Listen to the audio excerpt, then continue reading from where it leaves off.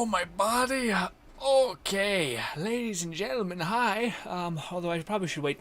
I always say hi when we're not even going. I'm just stretching. All right, trying to get in the mindset. You know what I'm saying? You know what I'm saying? Anyways, boom. Wrong one. Nope, that was the right one. Hi, ladies and gentlemen. Welcome back. Okay, so, hi. First of all, I think something just happened. I was like, oh, right. I said that we would do an Ayaka video team building thing as a community together, which is awesome. Love the idea. But then I was like, ooh, boy, I didn't look into Ayaka to get a brain fresh, a refresh of it all. So I was like, ah, shit. And like minutes ago, I'm sitting there looking at Ayaka's kit, and then I'm like, actually, Ayaka has a lot of problems that no one's been talking about. People have been like, she's going to be broken. But I'm like, my guy, she's on a 20-second cooldown for her ult that happens in 5 seconds. That's a lot of downtime. And for her E, it lasts, it goes in 1 second. It's on a 10-second cooldown. Maybe, possibly, that'll kill me. Regardless, that's a lot of baggage. Now, yes, her melee is probably going to be stupid, but still, that's a little weird. Anyways, I'm just going to be gunning it until people arrive, and then we can make a video together, maybe, possibly. Apparently, Sekiri is lurking, and she is usually a part of the hive mind in terms of build creation and whatnot, so hopefully she'll rear her head when that happens. If not, then well, fuck. Although, it is a woman, and we know how Sekiri feels about women, okay? Hates them, actually. Oh, shit. Anyway. Alright, boom. Also, what's good, Fluff? Haven't seen you in a hot minute, but hopefully you've been taking care of yourself. What's good, Angle? Always love to see you too, buddy. Also, you just going to bed, right? Yes, of course. I have to work tomorrow, so I have to say good night already. Angle, I'm so happy to see you, buddy. Hopefully you've been taking care of yourself. Sleep tight. Enjoy your work tomorrow. Kick some ass. All that lovely, jubbly stuff. Fluff says, still catching up on yesterday's stream, TTV. Paused it here for today's. Okay. Still a little confused, but as long as you're having a lovely life, Fluff, that's all I could ever want, buddy.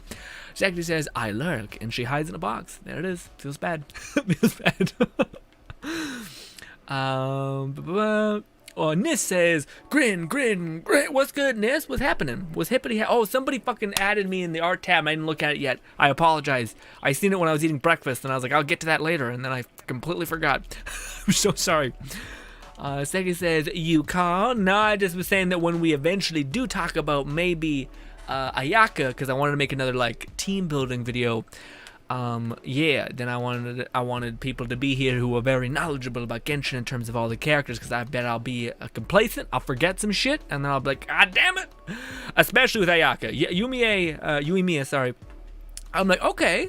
I'm planning on hopefully building up to getting her, so I'm like, all right, I can work with this.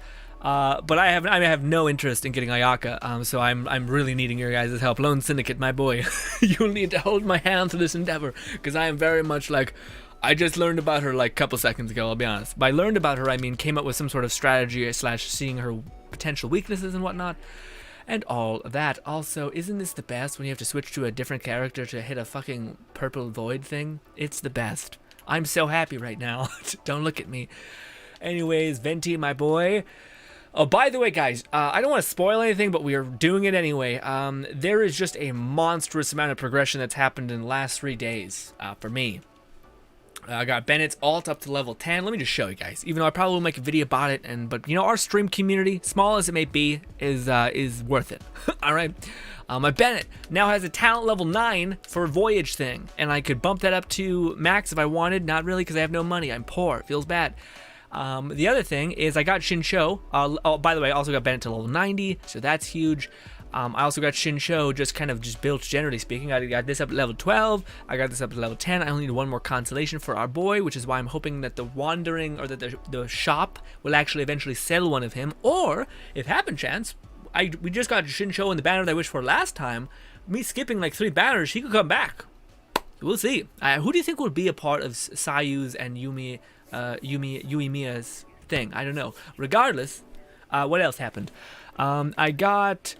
Who else was it? Did I increase my Zhongli? Maybe. No, because he requires like 20? Yeah, 20 of the one thing, and I'm just not... We might do that eventually, but yeah.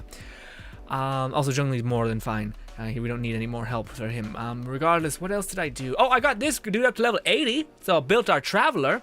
And I could give him to get him up to level 90 if I wanted. And he's really good in Spiral Abyss. Like, who'd have thought? I know I've seen people use him with Zhongli and he just pops off, especially for that stupid, like, protect the fucking zone part. It's so annoying. He just makes it trivialized, which I knew about, but I never actually invested in him because I thought I had to grind resources. I didn't know if you just do any sort of adventure rank thing, you have a fully built main traveler with the exception of experience books in Zamora, which is super chill. Don't fucking put anything in his talents though, because yeah, nightmare. And yeah, I just threw some crappy artifacts on him and got him some pretty decent crit rate, but he has no weapons, so he doesn't scale and do anything really, which is a little unfortunate, but it's fine. Let's go hand in this stupid thing. And yes. But by the way, ladies and gentlemen, what today looks like is I got some dailies and stuff to do. I got a little bit of resin, not too much. I'm going to burn that, and then we're just going to do whatever you guys need to get done. I'm going to be a helping hand here. And that's basically what we're doing. And also, in a couple minutes here, hopefully, we're going to start brainstorming about Ayaka so that you guys, you lovely people, can be in a video. Hopefully. Unless if you don't want to be in the video, then just don't comment, and then it won't pop up over here, and you'll be fine. You can remain a quiet lurker.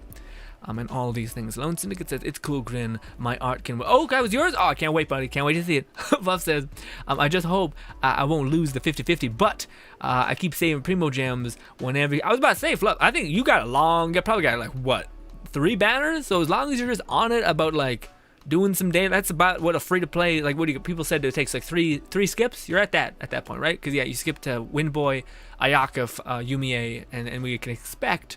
that maybe Geo Boy will be next, coupled with probably the child with horns. We saved ourselves that time. The red-headed guy who looks like Tartaglia, who has horns. Mother of God. Anyways. Fluff says, I figured Inazuma will probably have a lot to... Oh, that's that too. Yeah, that's a great example. Yeah, is it a chest to farm? I mean, I think it's got... like primos if you are willing to like hunt every chest, you know, which I don't know, man. Sometimes I start losing it. Get like a hunting chests. How did a cavalry guy? Yes, Fluff, exactly. You're way ahead of me. This is the fastest teleport, I guess. Also, what is good, Azel? Azel says, hello, everyone. Always good to see you, Azel. Azel, what are you most excited for Inazuma? Are you excited for some of these characters? Are you excited to like mess around with the Traveler that's Electro, which people have been hyping up a lot, which maybe is warranted, but still seems like a lot? But anyway. Also, what's good, Sparks? Sparks says, hello, Grin. Always good to see you, Sparks. Hopefully you've been having a lovely day. Also, Fluff says, I want Geo Shiba or okay. All right. Geo, is that the dog that like runs the inn? Also, who I would determine to be our leak person, our leak person is Sekiri, and I hate to pull you back from the lurking. I apologize vigorously, but I did want to know, do we know what the one dude is gonna be? What the Geo, and maybe for people who don't want spoilers, maybe just don't look at chat or don't look at Sekiri's comments for a hot minute. But I am curious, like, is he supposed to be like? Because I don't really want another Geo support, even though I know that's kind of what they are. With that being said, though, it's kind of bullshit because yeah, I mean, like there's characters like Xiao who exist, which is like full tilt support, but he's also Anemo or Anemo. So yeah, I'm hoping, man. That's all I got. I want to wish on a cool. It's a very cool idea, like a Geo Archer. I feel like you're hucking big ass rock bombs at people. Sounds awesome. But if he's just kind of some bullshit, then I don't know, man. I know Fluff doesn't care because he's got cute ears and all these things. But still, I'm kind of like, well, if he doesn't fit into my team, then it's kind of fucky. And I don't know. But then again, if he was a support, it wouldn't be bad. It's just I don't know.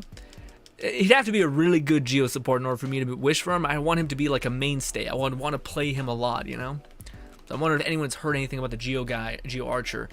What is he? Is he like, did they hint at some skills, or are they not? There's no information really because people leak a lot, which means most shit is wrong. I don't know.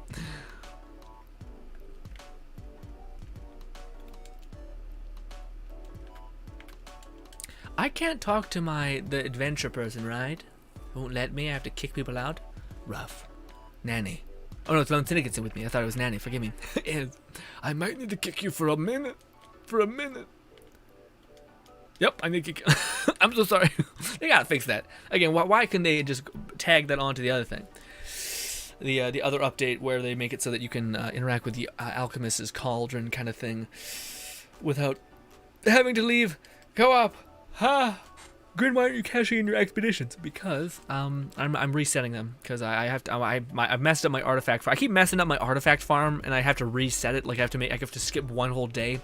It's weird. Anyways, let us go to my teapot, and if y'all want to pop in there and see, then we will start with the chaos of me just grasping at straws when it comes to Ayaka, because I like with Yumi it was different because I'm like I got that like One Punch Man glimmer in my eye that gives me like the will to like plan ahead, and I just fucking lost it, or I don't have it. Frankly, I don't have it for. What do you call it? Yeah, sorry, Ninwong is the other, the one that comes to mind for a Geo DPS, but like not a 5-star. You can mainly play that. Ninwong is very much that, but she's a 4-star rate, so you'd want to have like a Geo, or what does that look like? Because we know what a DPS animal character looks like, what like a full tilt DPS animal character, but we don't know what a Geo full DPS animal character that's a 5-star. I mean, Ninwong, sure, but yeah, 4-star. Fluff says, also, Spark says, saddest points redeemed. We'll see how I feel, but that's one. That's the one. We might do that at the end of the stream. We got one right now. We'll see. Sparks, you'd be pulling your weight with these helpful tips on who would be a good team for Ayaka. I got you, buddy. I'll do my best. Fluff says, I'd hope for him to be a Geo DPS like Ninwong. He'll have constructs that as the stands for. Oh man, that'd be really cool if he had like. If he set up like an actual sentry, you know what I mean? Whereas like everyone kind of weirdly sets up a sentry, like Oz. Oz doesn't make any sense. Oz it's a fucking bird. He can fly around and do drive-bys. It doesn't make any sense for him. But if you could set up like these 2 turrets and just started fucking like annihilating people, that'd be awesome.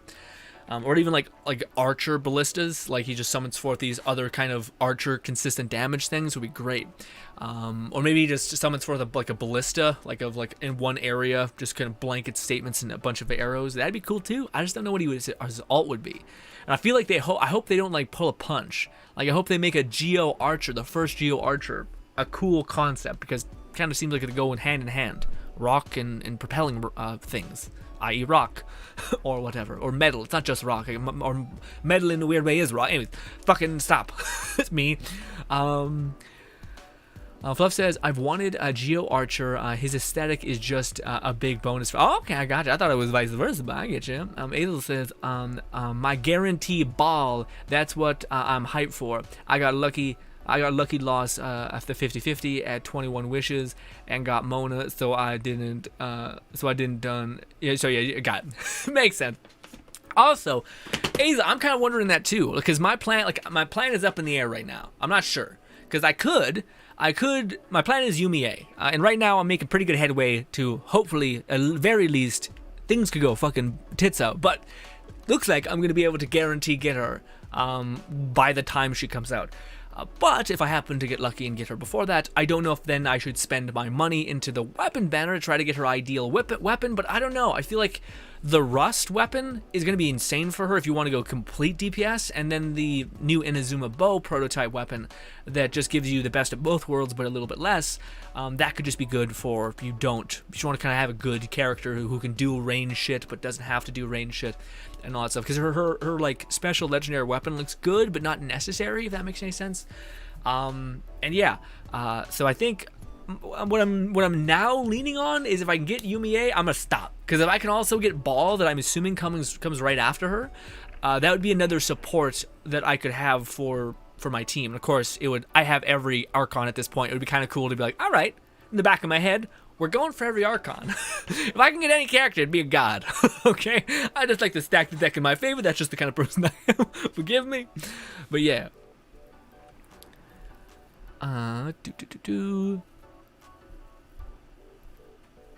Azel says, but I'm also hyped for the enemies. Yeah, it's true. Enemies are going to be really interesting. They're tall motherfuckers. Enemies, since they are supposed to be stronger, apparently. Yeah, but they still have that thing where they just look at you derpily like, just wait.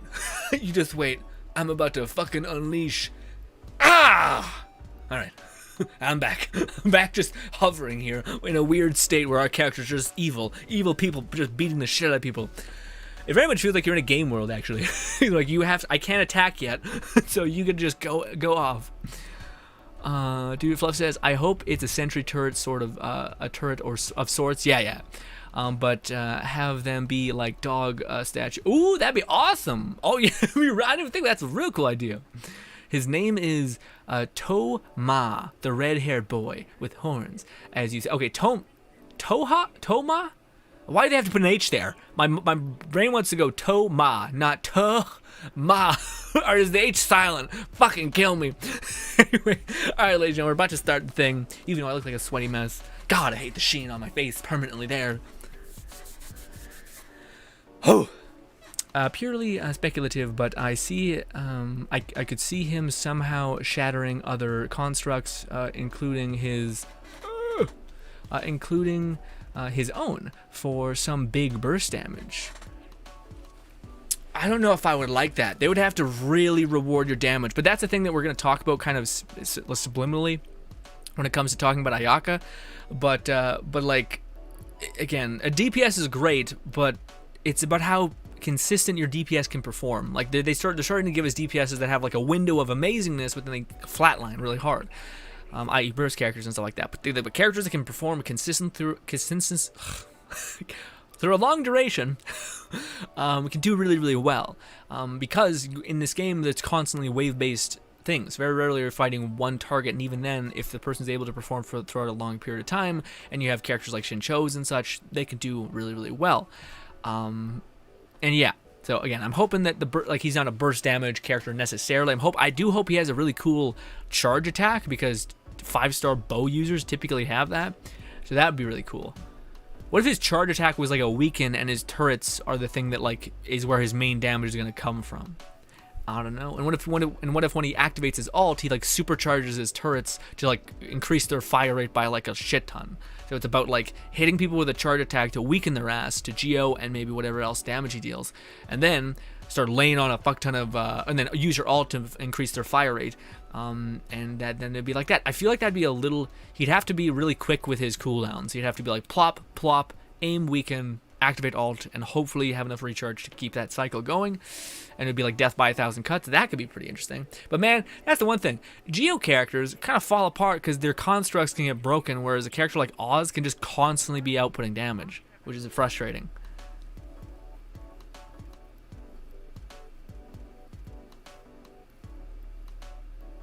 What's your Rust refinement? Not very great, Azel. I think I got 1.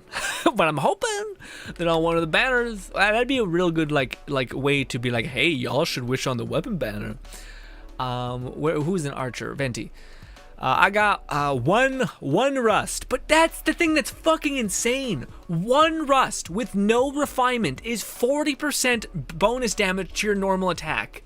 That is so ridiculous. Not only that, but if you have 5 of these, which is a 4-star weapon, so it's not out of the realm of possibilities. You're gonna be getting 80% bonus damage. There's nothing in the game that gives you that besides like Wolf's Gravestone and shit like that, but it also requires you to do weird things. This just gives it to you, and guess what? It's always 10% minus charge attack, so you can get 80% bonus with a 10% drop. You shitting me? Yes, that's insane. The only negative is it scales off of attack, which Yuumi is going to be scaling, maybe, possibly, off of crit rate, so you kind of want crit damage as a main stat, but we'll see. Again, the 80% bonus damage, I think, can what is it called? Compromise? Something. Compromise the deal.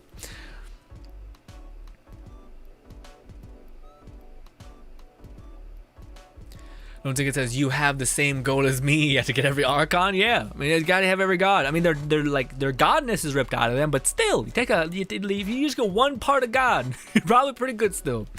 The H is okay. Good, perfect. Thank you. I was hoping that was the case. Thank you, Second. It's very Japanese, but Toma. Okay, gotcha. Goro is similar. It's just Goro or Goro. Yeah, I say Goro with an R for whatever reason. Goro, got it. Or Garo.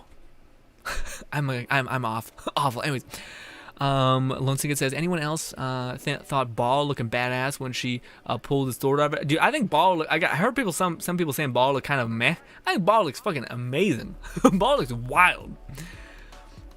Also, what's good, Carlos? Carlos says, hey, are you going for Yui Mia? Yeah, absolutely I am, man. Everybody, man. I was sitting out here from day one where I was like, this character looks like she's got a crazy amount of style. And fucking everybody. Now everybody's seen her and I'm like, God damn it, all you people. Where have you been? Okay, come on. And now everyone's fucking all in. And then I'm also sweating bullets because I'm like, their videos, everyone's going to get her. And I'm not going to be able to do all the crazy things they have because they have streamer money. I'm just like, fuck. Anyway. All right, ladies and gentlemen, let's start the video that we're going to try to make. I wanted you guys to help me, essentially, with making a video about Ayaka team builds, / what is Ayaka's best team. I am going to desperately need your help because this is not like Yui Mia when I made a video about her and who she would be really good in terms of team combos, because I thought a lot about it. I have, 20 minutes of thinking about it for Ayaka. Not great. So I'm going to need you guys' help on making this all make sense. Okay. Also, let me punch in a little bit. There we go. All right. I'm gonna try something. Hopefully, this doesn't lag the shit out of the stream. I'll be right back with one sec. With just 1 second. All right. I don't know how that's gonna play, but I am simultaneously streaming while I'm recording. This could be a bloody nightmare, but we'll hope for the best. Okay. All right. Boom. Boom. We're going. All right. Let's make a cool, endearing punch-in shot. We're going to be using Zhongli. No, don't talk to lovely Eula. None of that. There we go. I still haven't built any of their sets. I'm sitting on like a game world filled with Primo Gems still, because I just haven't gotten around to doing all of the weird bullshit. Anyways, Zhongli, close your goddamn eyes, look pensive, and do one of these, A little lower, not too low, just a crotch shot at that point. Sure, Zhongli just living his best life in peace. Nope. Over here, maybe? No, it's kind of hard. We're kind of divided. There it is. That's why it works. Okay. Oh, all right, we're not going just yet. We're not going just yet. I need to drink some coffee and get ready. All right. Again, this is always a weird peek behind the curtain. Anyway. Also, Azel says, I want a character with a scythe. If they ever make one, I'm going to wail again. Ooh. I feel like you might get a Tartaglia situation. I feel like it's a Fatui Harbinger kind of angle, or you could get that. I'm not sure if we'll get it from the general world, because it sounds too cool to be that.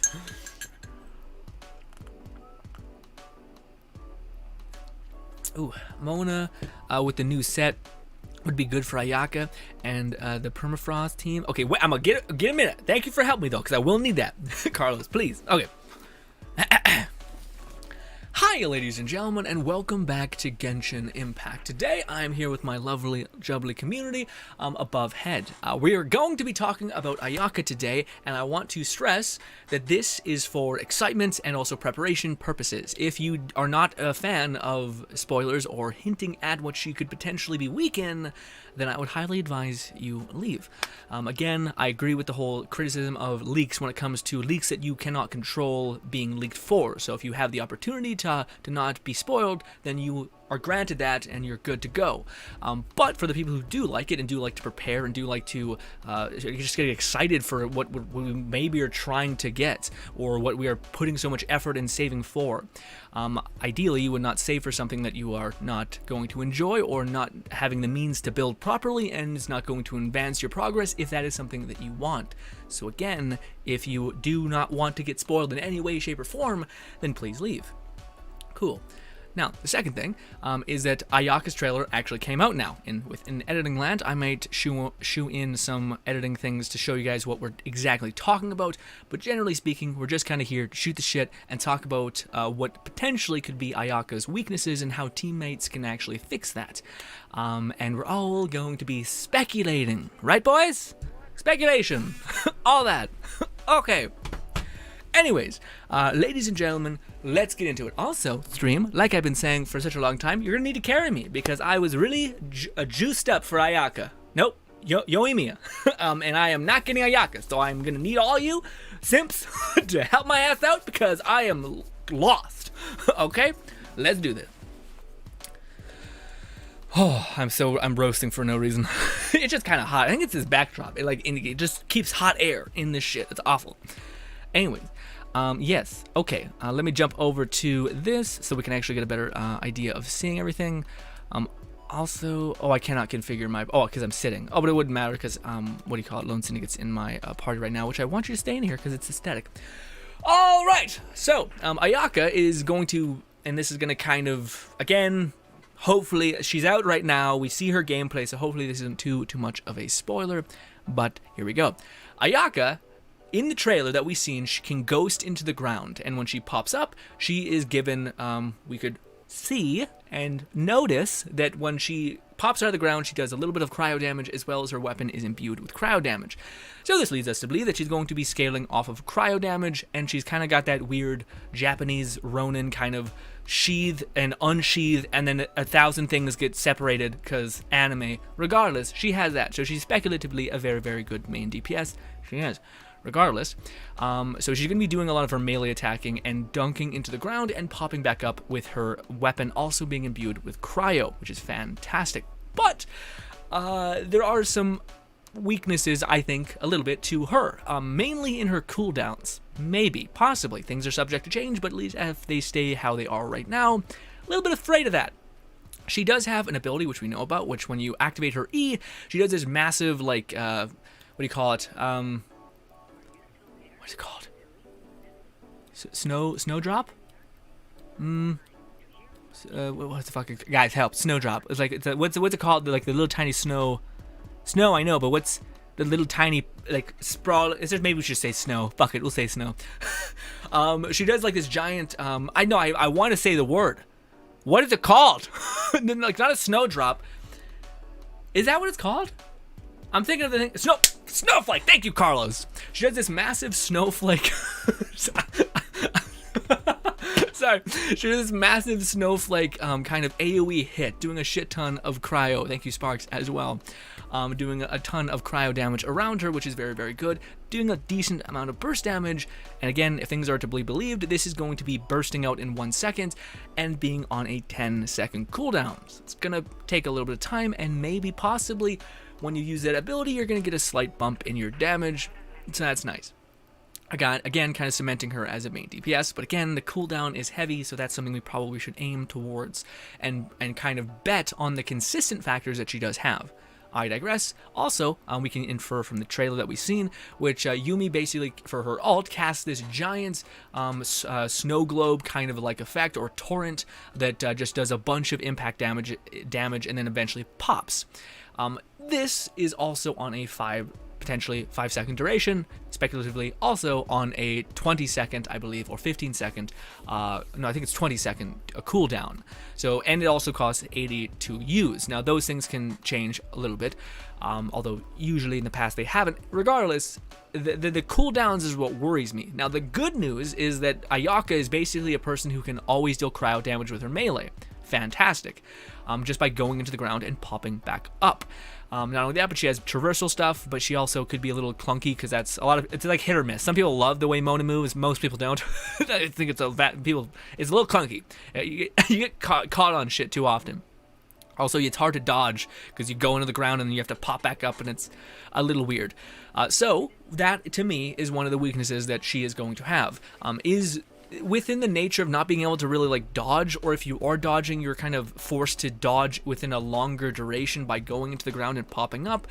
Long story short, having any character such as a Zhongli would be fantastic. The reason why Zhongli stands out a little more than anybody else is, yes, he's a 5-star, but he also reduces elemental resistance, not physical. And predominantly, Ayaka is going to be doing a shit ton of elemental, because when you go to the ground, you're getting cryo. So, to me, I think Zhongli, a great fit here. I also, just because, again, I don't know, she's either going to be like unkillable, dodging into the ground, or she's going to be kind of like Mona, where it's kind of hard to, it's just clunky. Feels clunky to kind of dunk into the ground. It's got a weird duration to it. It feels like kind of sticky, like you're not actually able to pop up when you want. I digress. So having Zhongli's shield there would just be a nice bit of additive damage, or protection, so that could be great. Starting to lose it. Need to pull back. Okay. Now, the other thing, and this is something that is a character that everybody utilizes, but I think she could utilize more.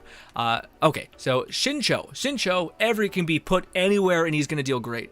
But Ayaka's main strength, it seems, is the fact that she's always going to be able to do a bunch of cryo damage. She's also scales off of critical damage, so her based hit is going to hit really, really hard. And having a person that basically can give you prolonged damage in the downtime of using her E and using her alt, which Shincho does have. He has a long-ass alt ability, which can constantly keep proccing out damage. Can be very, very good, and I think she's going to be able to utilize that better than just about anybody. Just be sure to, when you pop up, then activate Shincho, not sit there for 10 minutes in the ground with Shincho's alt activated. That could be a little shit. And I don't, honestly, the other character that comes to mind that's going to be really good for her is because she is going to constantly be applying cryo. You don't want to have Ayaka with a ton of elemental mastery, because she's going to be applying an element constantly. I don't think there's going to be a time when the enemy doesn't have an element on them. But, which is great, so if you do have a Xinyan, and you're planning on building a great Ayaka team, if you have Xinyan, and you pump her full of a shit ton of elemental mastery, and recharge, that you can use her alt, which is the main thing you're going to be using, that can be pretty substantial, especially if you're also building Sucrose, who's going to give her that. Now, unlike last time with Uemiya, I do think Sucrose, without a single doubt, is the best choice, because Ayaka is heavily melee-based. Ayaka cannot hit, most likely, people up in the air when Venti is sucking them up in the air. But she can benefit from the fact that enemies are being clumped up, especially considering her alt is this giant kind of snow globe, very similar to what seems like Diluc's alt, except slower and lasts a little longer, 5 seconds of a ball kind of traveling through the air. So I think Sucrose fits in perfectly with what she is going to be built, or how you're going to build her. Does Diona work? Yeah, kinda, but I don't think... I mean, yeah, well, Diona works for everybody, is the thing. So, it's like, with just the elemental mastery could be great. The healing, sure. Yeah, the shield, I don't know, because I keep going back and forth with... We don't know how her combat is going to basically feel. So we don't know if like, the dodging into the ground is going to feel super good. It's going to feel like you're immune for a half a second. Feel great. Or if it's going to be like, fuck, just let me up. I just want my cryo and I want to leave. I don't know what it's going to be. So that's my ideal team. I don't think Bennett is going to be great here. He could. Bennett's good anywhere, arguably, but any character that has to move a lot is gonna not be able to benefit too hard from that. Again, honestly, the best character that you could use for Ayaka is a support pyro character, and there's not a lot of that in the game as of right now. Besides her, and Xinyan gets the short end of the stick a lot of the times. But if you build her for a shit ton of elemental mastery, and you build her for a shit ton of recharge, maybe be pretty decent. But she also has like a 5-second cooldown on being able to utilize her alt or something like that. So it's a little less good, but again, if there's any character that I think is perfect for Ayaka, it's any fire support that can constantly apply the fire element, because she's going to be constantly, even more than any other character, going to apply the cryo element. And it's the element that detonates that is going to be the thing that activates the elemental mastery trigger. So if you build her for that, who knows what'll happen. That's what I got. So right now my team, I guess, forgive me, I'm not as 100% sure on my shit this time around, but hopefully my chat can help me and we can brainstorm and find out the holes within my team and all that. Sounds a little weird, but I digress. So, we got Ayaka, bang. We also are going to throw in Xinyan, because she's going to be great, and if I were to build her specifically for Ayaka, I would go Elemental Mastery and Recharge, bang. Okay, now we have Melts and just Melt happening, I guess, yeah, because she's constantly applying Cryo. Second character would be Sucrose, because Sucrose can give her Elemental Mastery Melt buff to everyone on her team, including Xinyan, which could be fantastic, on the off chance that Ayaka actually hits and melts with her thing. That could be great, as well as Sucrose just does great CC and all of that stuff. Also can kind of be a battery depending on how you build her. Anyways, that's going to be great. And then anything else really is good. We could use a healer, because we're inevitably going to take damage, so it could be like a Diona. Diona probably fits in a little bit better than Zhongli, because you're only getting 20% elemental damage decrease, but also you're getting like a crazy good shield. It's hard to say, because you want some healing is the thing. It's the little fucking thing. Anyways, if you have Diona, if you have Zhongli, that'd be great. Yeah, again, honestly, we just need a better support DPS. Everyone who's a DPS everyone who's a fire character is a DPS, with exception to 2, and they're not the DPSs that we want that can constantly output fire. Don't even look at Amber. All right, stop it.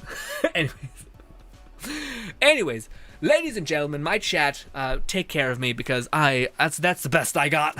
That's me trying to patch her weaknesses, which, by the way, if I'm not clear about what I think Ayaka's weakness is going to be the fact that she has pretty hefty cooldowns.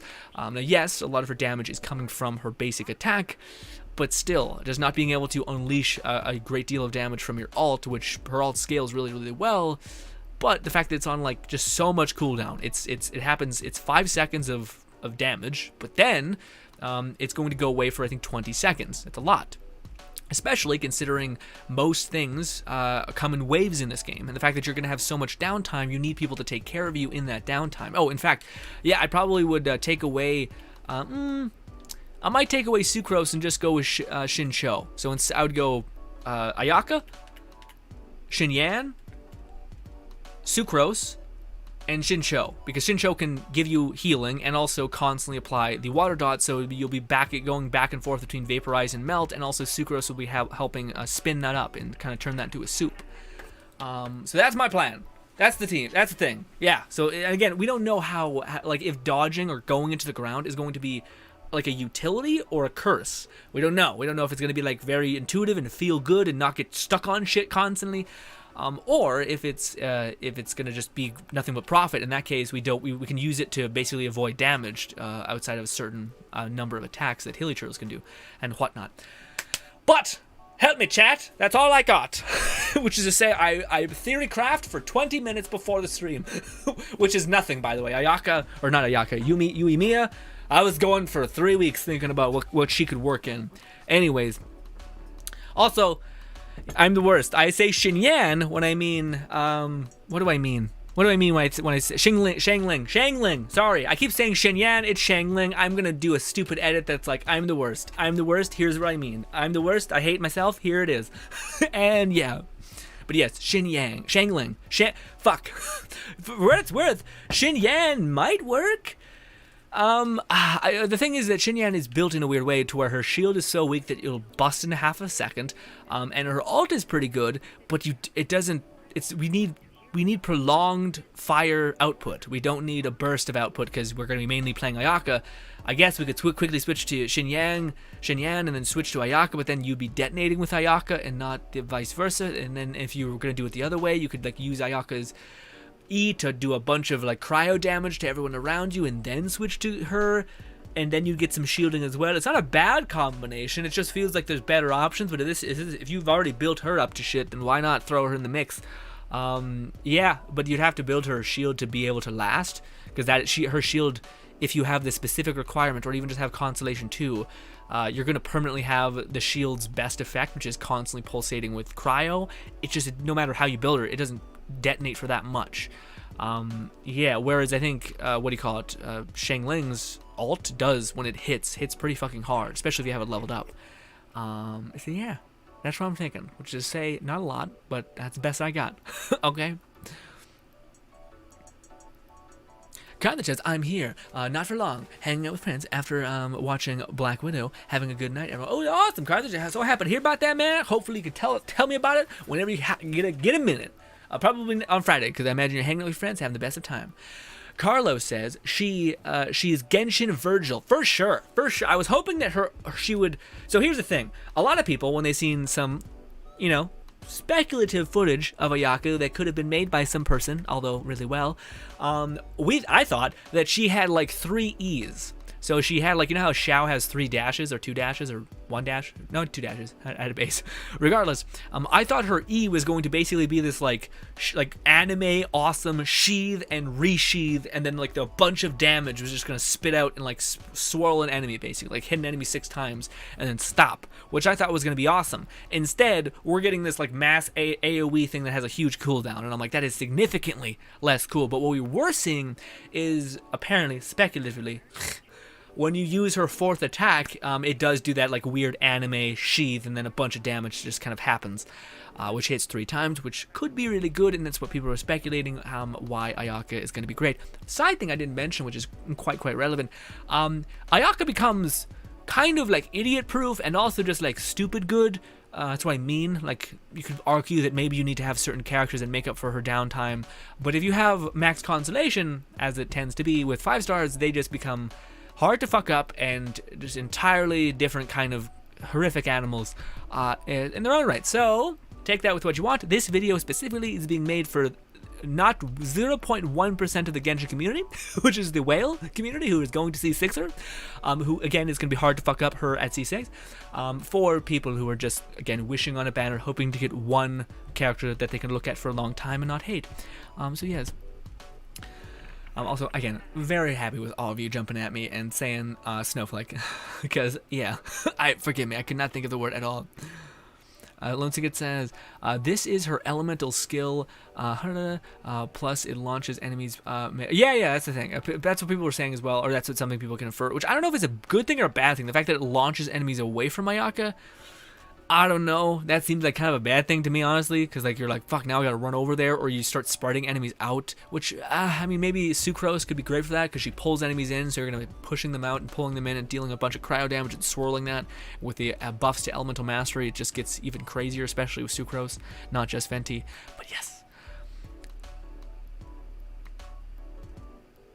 Carlos says, also, Sucrose could help with CC when you want to use the... Oh, yeah. Venti... That's the argument, maybe, that also Venti could be good, but I don't know. Do you think Kazuha could be good for her? I don't really know, because I feel like well, first of all, you kind of need to weirdly, slightly play Kazuha, and I feel like you'd have to play Kazuha, do your death from above jump hit, and then like putt around in the ground and then pop up, which maybe doesn't take that long, but I don't know. We don't know like how long do you need to be in the ground in order to benefit from the cryo weapon. I think it's instant, but who knows? Yes, even with people who are cultured here, who have seen Into the Abyss, yeah, not even, I haven't heard anything from them either. So it's, yeah, good to know that you're not fully tainted yet, you know, all that.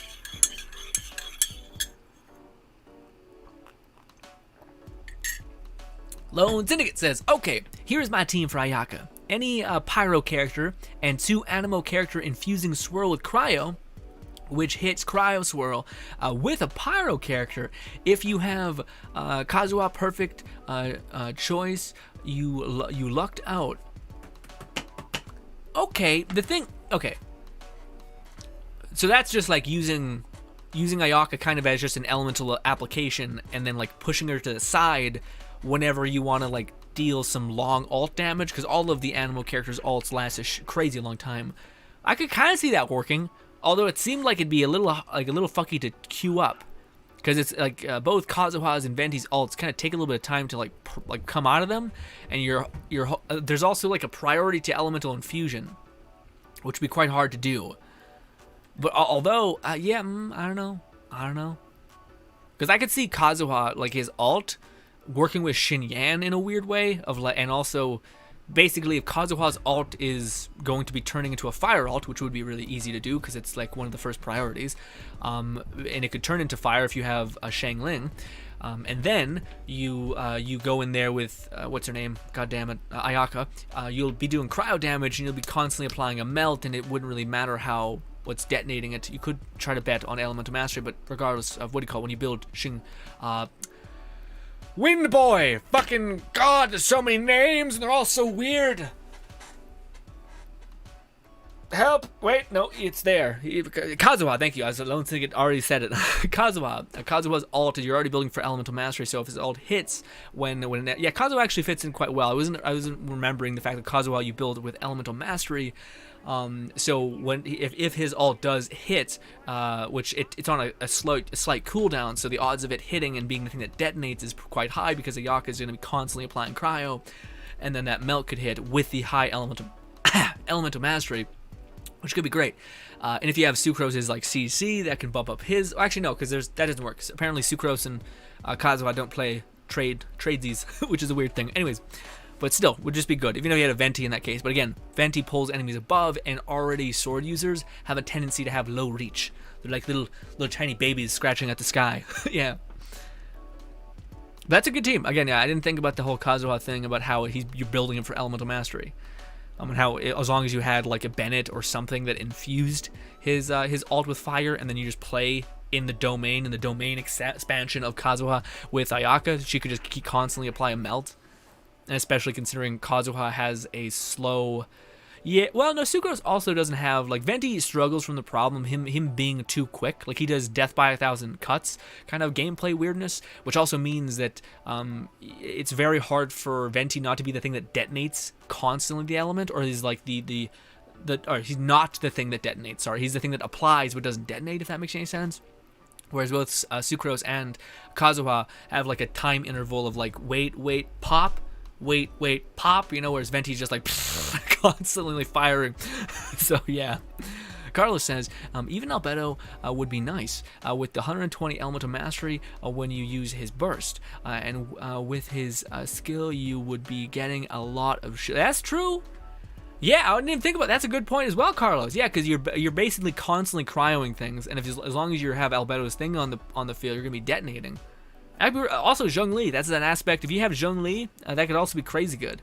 I mean, yes, Albedo works because of elemental mastery, but yeah, just anything that can apply the Geo element, and then Ayaka is just going to constantly be making the trade for crystals, can give her a stupid amount of survivability. Even if you just use Albedo, yeah, like Albedo really works. Although again, Albedo, I don't know. I've not seen Albedo like be like a Sucrose, you know what I mean? Like, there's sports, and Albedo is in this weird category. It's like it's good, but it's kind of also, when you see like when you see now Sucrose or a Venti, things are just kind of scaled in their favor in a stupid way, whereas Albedo's like, well, shit, I was already kind of okay as a support, but now it's kind of fucky. But even still, I think it'd work fantastically. Again, one thing I also got to get in a better habit of doing is that there are other team comps that people may be able to use that are of greater value than other people give it credit for, or that other people can use. Like, not everybody has 5-star characters and etc. But that's the thing. The one thing that doesn't really work too well is I don't know how well like new high value Electro characters will be for Ayaka, because Electro and Cryo deal Superconduct, and she's, unless I'm mistaken, doesn't do physical damage. So Superconduct is relatively useless, so that means Fischls and Bidos and the supposed Electric Traveler all kind of don't seem like they're like the ideal pick.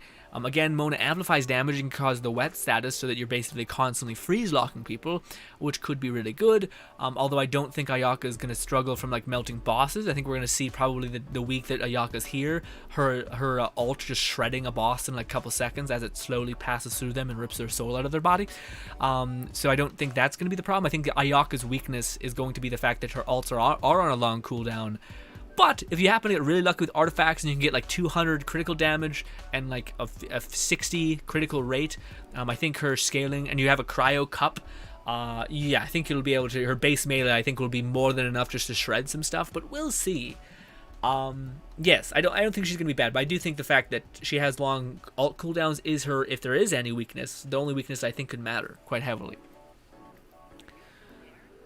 Loonsicket says, the important thing, timing, because I feel like if you attack when Ayaka real fast, I feel like if you're attacking with Ayaka real fast, you would be doing reverse melt, and that point doing the 1.5 times. Yeah, exactly. Yeah, so that's the thing where I think Venti would fall apart, is because he's being the application of the damage, which is not good.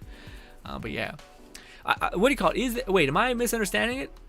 If it's, oh, I didn't know, is that a thing? Oh, I had no idea. I always thought like it didn't. I guess I remember, maybe I heard something like that, so maybe that's true. So Loneskier, you're saying that like when melt or when cryo is applied, and then fire detonates it, that's a better multiplier than if fire is applied and then cryo detonates it?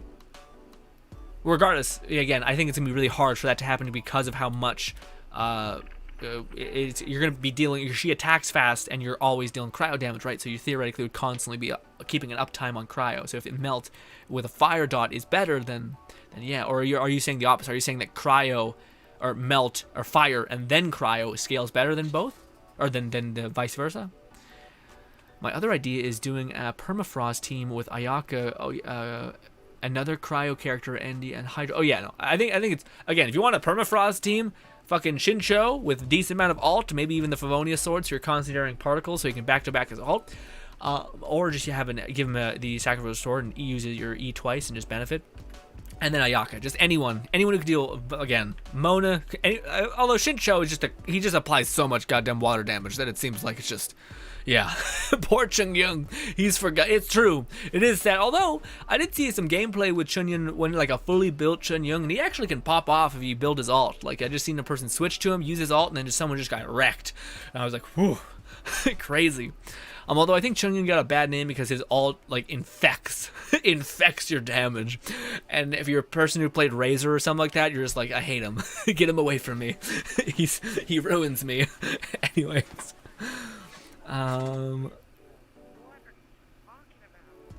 one thing it says, but here you talk about Geo characters. You could run Ayaka with 2 Geo characters for the 15% bonus damage, and a 4th character would you like or feel comfortable with? Yeah, it's true. Yeah, but that's the thing. Geo Resonance is always kind of just like a nice soft cap if you just have it. But with that being said, if you don't have Albedo and Zhongli, then you're kind of like, yeah, what are those other options? Ningguang, which is a main DPS, which you don't kind of want to rock 2 main DPSs, I don't think, whilst you're doing that, although she is ranged. And that is the other thing. I think I'm hearing a lot recently about like Ayaka is going to be busted, like insane. Like the new best character. But man, one thing that people aren't considering though is she could do stupid damage, just ridiculous damage.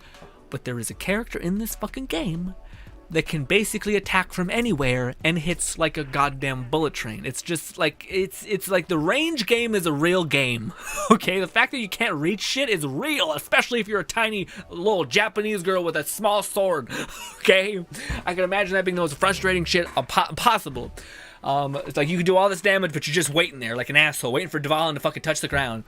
I say this as a person that's like that, and I so wish I got like Ningguang constellations or what do you call it, Yanfei constellation, just so I could feel what it's like to not have to be on other people's schedules, which sucks ass. Which is why I'm very excited for Yui Min. Anyways,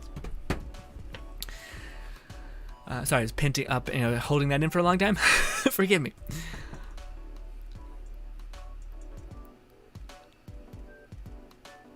Oh, but as of if I were to run, what would be a good team if Ayaka, and then I would assume Zhongli and Albedo, just because they work really, really well together. And maybe like you could choose Ningguang, because Ningguang is also just insanely good for Geo buffs and all these things. And also you could get range. But what would be the other character? Honestly, Bennett kind of comes to mind, just so you could apply fire, heal, and just get a great deal of attack damage. Although Shincho also would just give you permanent... Oh, yeah, I'd choose Shincho. Yeah, because he would give you just enough... I don't think... With Zhongli, you don't need fucking any healing, so you just need the littlest bit. So Shincho can take care of you. And also, you're just getting the buff damage and constantly freezing people. And you're constantly producing a shit ton of shards, because there wouldn't be... If you have Shincho and Ayaka, I don't think there'd be a single moment where one of them doesn't have an element that Zhongli or Albedo could detonate. So there's that. There's that. So I'd probably go Shincho if I was doing the double Geo Resonance. Also, that would you'd have like functionally 0 downtime on Albedo's hits, because you'd just be hitting an enemy 60 times in 1 second. So that'd be pretty great. But yes, Lone Syndicate says yes. Cryo, the Pyro is ×2 damage. I think Pyro then Cryo is okay. So Cryo and then Pyro. Is ×2 damage, and then 1.5. Yeah, but I don't know how would you get that, Lone Syndicate? Because I feel like in the time that it would take for you to like make sure that you're applying cryo and then melt, or sorry, you're applying cryo and then. Oh wait, no, sorry, I'm misunderstanding what you're saying. Yes, cryo then pyro is ×2 more damage. Oh, because that's better. Oh, because that's what we want. Okay, good. Yeah, so Pyro is detonating. Okay, so that's good. Oh, yeah. So that sounds great. Yeah. So, again, Ayaka seems like she's facilitating the best outcome for detonation, which is her main attack is going to be constantly opening cryo, and then we just need any cryo, or pyro, person to flip a switch. All right, guys. I think we've done it. We've talked about it here enough. We're getting it. We're making sense. Hopefully it makes sense. It does, and then, shit. But yes. Lone Syndicate says, "Oh, we talking about troll running my physical kachings though so many times." What you mean? Spark says, do you have a link to the playlist you have playing in the background? Yes. Would you like it? We're listening to one song on repeat, my guy, but I can give it to you in a hot minute. Let's just end this video, and then we'll just play video games. Jesus Christ, why am I thinking so hard? Oh, what's a good scene? What's a good angle? Maybe like this, downwards, then like this. I hate that fucking Lone Syndicate's not in the frame, but I kind of, well, what if I don't know. Last time we had a really cool outro because it was people were lined up in a really nice way. Just a lot of crotch right now, unfortunate. It's unfortunate. I hate to see it.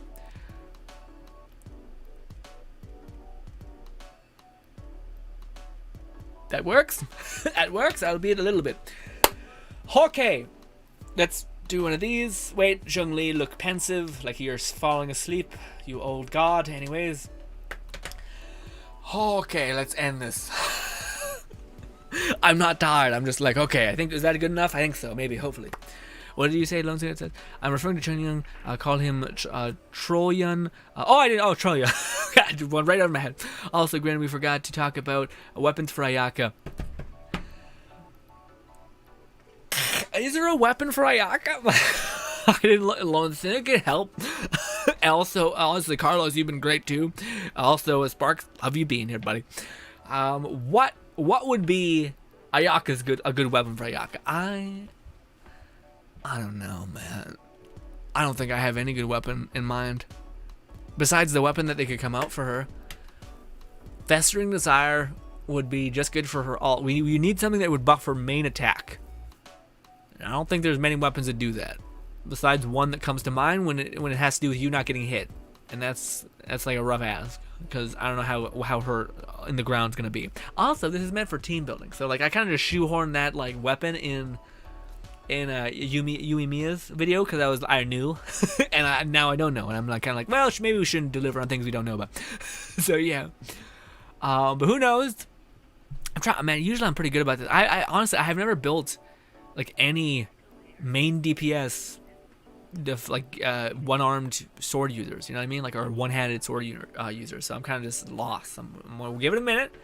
Blackcliff sword. Apparently, as Lone Syndicate says, is a pretty good weapon for as far as 4 stars go. I think it scales off of crit damage, so you'd have to get a lot of crit rate within your substats and your last artifact.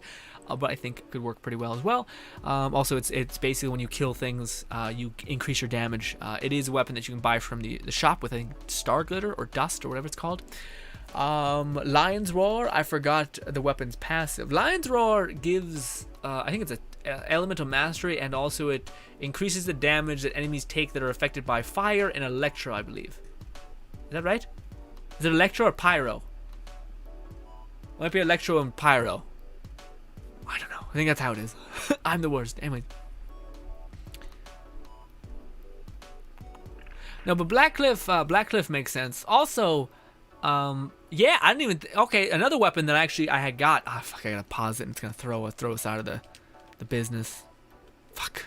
So it looks so nice. Anyways, where is one? Okay, so yeah, the weapons that could be good for her. Again, this is what Lone Syndicate is talking about. My controller's plugged in. Game, please. Let's take that again. All right, so weapons that could be good for Ayaka. Not exactly the video, but I might as well squeeze it in here. Is this one, of course, critical rate, fantastic. It scales up with critical rate, not critical damage. I thought it was critical damage. Forgive me. Anyways, regardless, also increases. Oh wait, no, this is the weapon I'm thinking of. Shit, that's a season pass weapon. What's the other weapon that's not a season pass weapon? Fuck it, this is the one I was thinking about. Let's go to the shop. It's a really rough sell. Let's go over here. Not that one, this one. Bop, bop, bop. Okay, so the Blackcliff Longsword is a fantastic weapon for Ayaka. This one, I believe, scales with critical damage, which is always valuable, and I believe it's when enemies are close to you and you kill one of them, I think you build damage stacks or something to that effect. The passive stat doesn't really matter as much as the fact that you're getting crit damage, but I think a weapon that could be really good, especially if you're not really keen on, because you're going to be playing a lot of Ayaka. A weapon that I think what I would try to use if I did get her, which I'm not, I'm sure I'm not, is this one. You get crit rate, which for those guys who do not know, Ayaka scales with crit damage, so having a great deal of crit rate here could be nice, and you could just go with a artifact to get crit damage, which is probably a little bit easier to get than this shit. maybe not, because you can always just buy this. This is a season pass weapon for those guys who do not know. But its main attack is pretty great.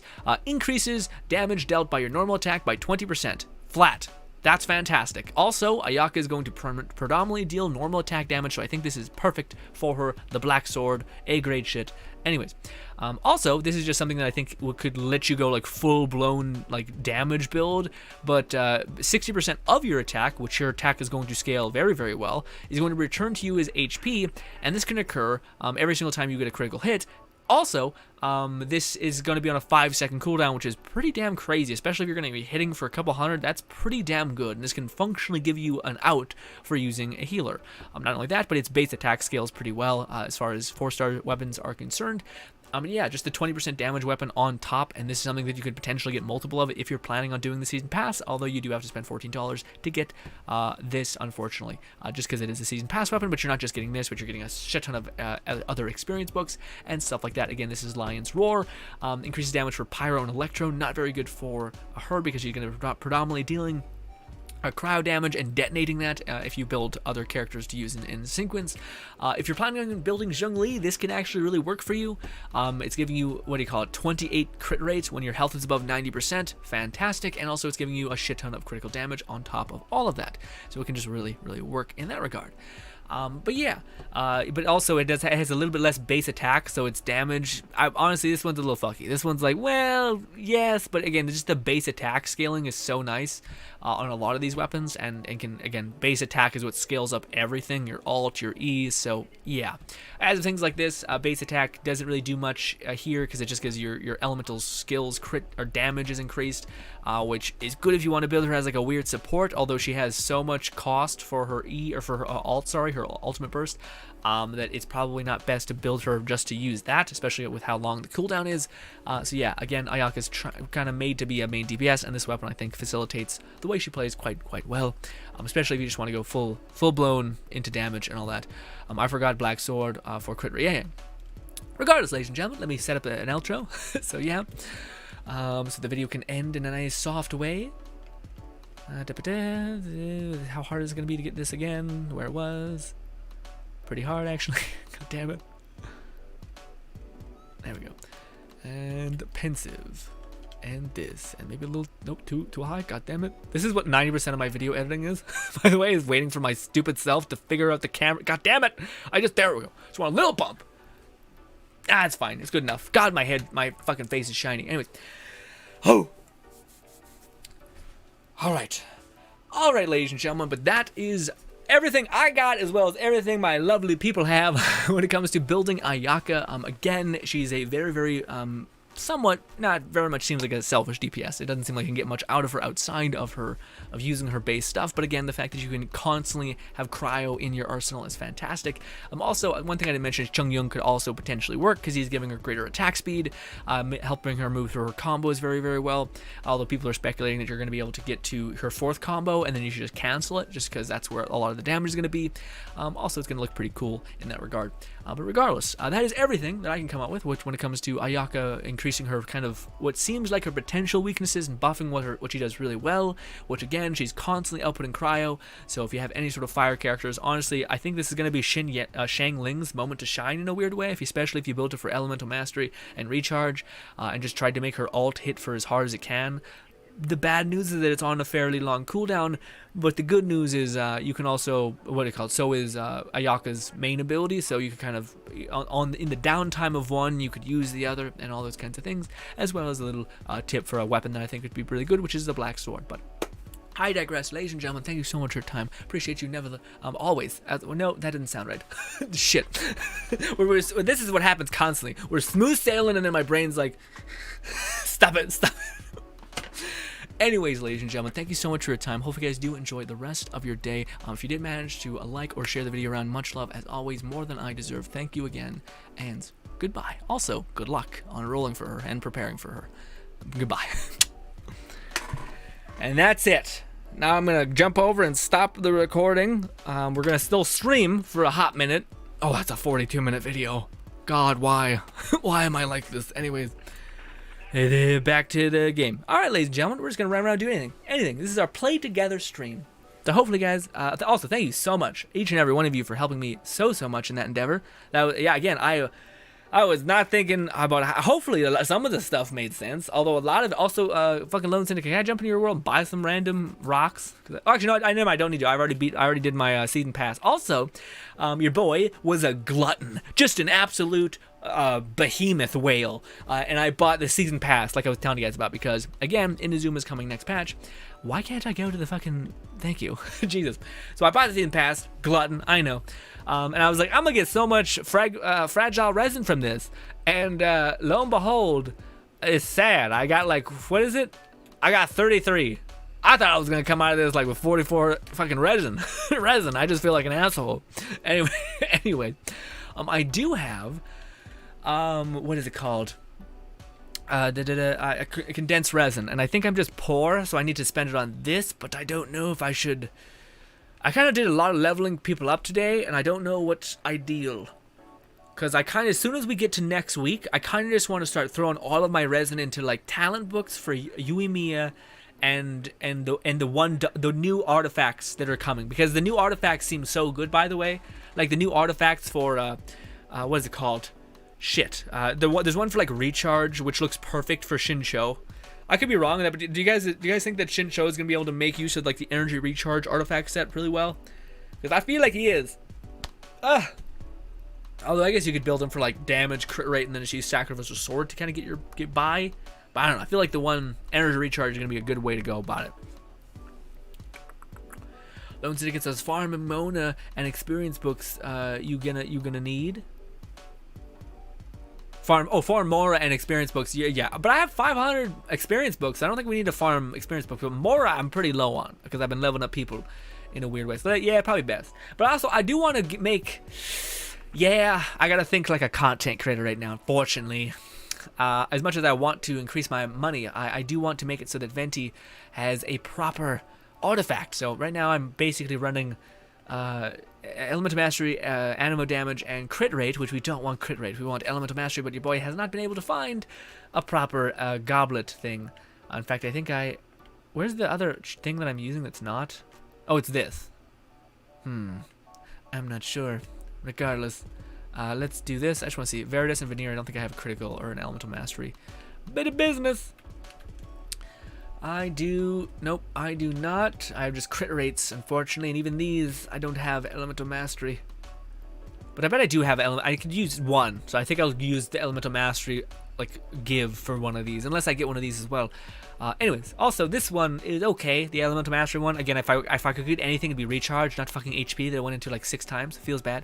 Fuck it, yeah. But the reason why I'm doing that and not investing in money is because I'll do that at some point, but I would rather farm as much as I can for the Veritas and Veneer Elemental Mastery set for Venti so I can make a video about it. So yeah.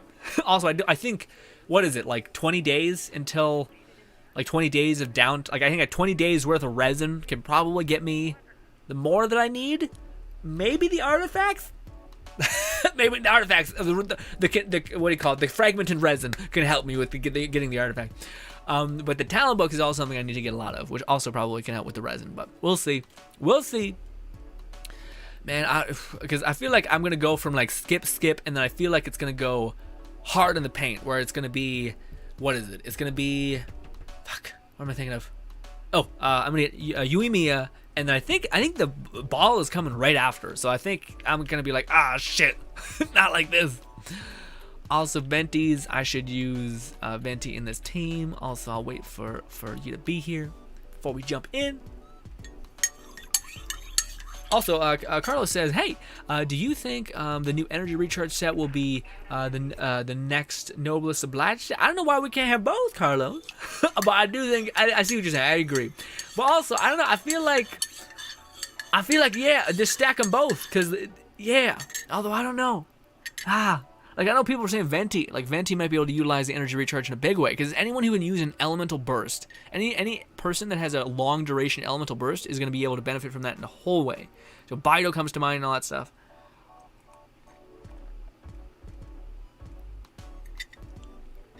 I just spilled coffee all over my face. Jeez. Oh, I'm roasting. Carlos says they say Ganyu and Shao will be next after you and me. Ugh, I hope not. That sounds nasty. Hopefully it's just one of them. Or Carlos, is that because of the 1 year anniversary kind of business that they're talking about? Because it might be. If that is the case, then I could see them doing shit like that. Let's do Venti as the main. And what are you doing? You got okay that. I could run some electro charge then with Shincho. Now that Shincho is actually somewhat built, this could work. It could also not work. Let's hope for the best. I don't know. I don't like not taking a main DPS in there. That way, I feel like I'm actually doing something when I'm hitting. Most of these characters are entirely built into their ults, but we do have Eula, specifically Lone Syndicate's Eula, which is quite good.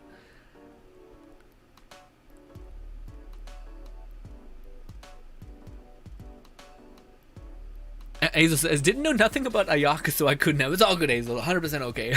I just appreciate you guys being here. But it was one of those moments where I was just like, I find I do the best when I'm just talking to myself like a crazy person, basically. When I'm just sitting there like, okay, well, like, I'm not sure if you guys could pick it up. I'm not sure how it looked. but when I was sitting there like, okay, well, maybe Xin Yan, and I was like, or Shang Ling, maybe Shang Ling would be good. And then I was like, oh, wait, but if you build Shang Ling for Elemental Mastery and now Energy Recharge, that could actually be pretty good. Okay, and now what if we throw this character in the mix? Nope. Okay, what about this one? Okay, a little bit more, because that could patch this, and this. Like, I feel better when I'm talking about it aloud almost, whereas, like, yeah. I was worried I wasn't going to be able to make any sense, but hopefully I made a little bit of sense, especially with you guys. Oh, I didn't know. I thought this was the... Oh, no. Wait, is this the right domain? Is this the Viridescent Veneer? What? This is a mess. This is a fucking mess. I thought this was the one where that's the physical... I don't think we're in the right domain. No, we're not. Well, fucking yeah. This ain't the right domain, is it? This is the DPS domain. This is the DPS. I'm stupid. It's right here. Son of a bitch. Sorry. Thank you, Lone Syndicate, for just popping off. Honestly, I didn't do anything there. You were killing it.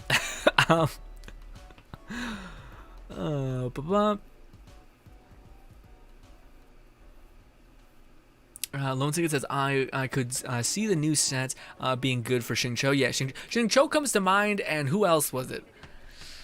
I don't know what it was. Who else was it? I don't know what it was. Xingqiu and who? Two came to mind that I was like, ooh, this could be really good. Xingqiu and... I mean, Venti, Sucrose, maybe? Also, people were saying that, that Shao can't benefit from the new set, the new DPS set. I don't know how that makes sense. Shao can absolutely, I think, make use of that. All Shao now, all you need to do is, you need to have enough energy recharge on Shao, which you should be able to take a damage or an artifact hit because of how much damage the new artifact set's getting you. But as long as you have a decent amount of elemental mastery already, or just running a Sucrose or anything like that would work as well. But when you dash through an enemy, you're going to be losing 15 energy, which the 4 or 3 or whatever, however many particles Shao creates is more than enough to bring you back up topped off, essentially. Not only that, but if you're in Shao's ult, you can just use your E then. So if you have max ult, pop Shao's ult and then use your E in his ult. Now you won't be getting particles back, so you will probably need to use like a Sucrose or something, but still something. Especially with how much, like a 50% damage buff for Shao, that seems crazy, Where am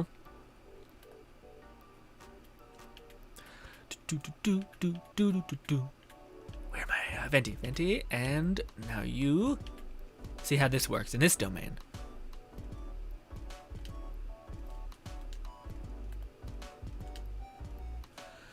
Oh, Lunzinget says, well, Grin, whale for ball, find out next time on Genshin. No, a whale grin, whale for ball, find out next time on Genshin Impact. Hell no, fuck no, man. I think that's the other reason why it made me feel so sad when people were saying that, like, I can't save free-to-play things, which is fair, 100%, makes sense. I'm not trying to, like, yeah, 100%, I get it. But at the same time, it's like, it's just how hurt I felt when I did spend money in this game. Like, when I did spend $80 on, like, Genesis crystals, and I was just like, man, this is Like, such a waste. Like, you're so much better off just doing Welkin Moon and just... It's also funny because if we go to... Oh, I didn't mean to do that. I'm sorry. I tried to open my menu and I thought I hit O. I hit X. Ah, I'm sorry. Well, we did it anyway. When you open this up, you're like, ooh, new skin, and it feels like they're hiding the Welkin Moon, basically. They're like, please, give us stupid amounts of money and don't be efficient, because you're gonna need to play this game anyway every day because of resin. Oh. I wonder, guys, do you think whales buy the Welkin Moon and the Genesis crystals, or do you think they have like the addict mentality of being like, well, no, I can't buy the Welkin Moon because I spent so much money this week on the one thing, and it's just like, what the fuck are you on? What are you talking about? We go to Venti again, we'll do Shincho, sorry again for backing out, that was on me. Carlos says, they say Ganyu and... Oh, right, we'll be on the next thing. Next after Uemiya? Is it... yeah, because of the thing? You say, yep, okay.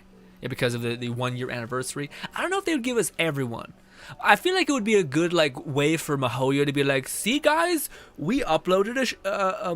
what's his name? Albedo banner, which just seems like people don't really want Albedo, which for whatever reason...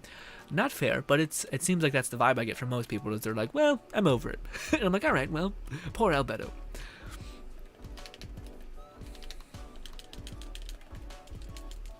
Also, man, I always heard the people say that like Shincho can only be ever like really be good with the sacrificial sword. That's some weird bullshit. At least to me. The reason why is because Shincho is his ult lasts forever. So you're basically always having those weird like the particles basically generating for you, unless I don't have the right amount. Let's see. Could be way off in this endeavor. Let's see. As soon as we get out of here. Also, I really hope I don't have to like reclaim things. Albedo gets some real simps in 1.6 because of cutscenes. Really? What do you mean? Oh, I guess that makes sense. People who never even knew the character existed because they just got into the game, they're like, ah. But there's still story with Dragonspine, right? Or were we the only people who got to experience the story of Dragonspine? I don't know. Regardless, huh? I can see it. Carlos says, I only hope I can reach pity after getting Uemiya and preparing for a ball. What do you mean? Okay, so what you're in the pursuit to get getting Uemiya prepared for ball. Wait, so you don't want Uemiya, or you want to get Uemiya and then spend more if she has good 5 stars to build up pity for ball again? Okay. That's a tactic. There's tactics at play. I appreciate it. Appreciate the thinking of it. That's always hilarious to me. Whenever I see people who are like light spenders or free to play people talk about like Genshin, it's always just like people mathing it out in their head, and I just think it's the best. It's hilarious because it's like, yes, hell yeah, I feel you. I get it. You're doing your best with what you got. Makes sense. Should I use my thing here, or should I just let you hit the shit out of the person? I think I should just let you hit the shit out of the person. And yeah, Shincho, man, those my little stabby like sword things. This is the thing that sucks, though. Sorry, all over the place. But Shincho, I'm debating in my head. I'm like, I should get better artifacts for Shincho, but I think Shincho is gonna use the other artifact set so well. So I'm just kind of like, I'm gonna be farming a shit ton of the new artifact set for Uemiya anyway.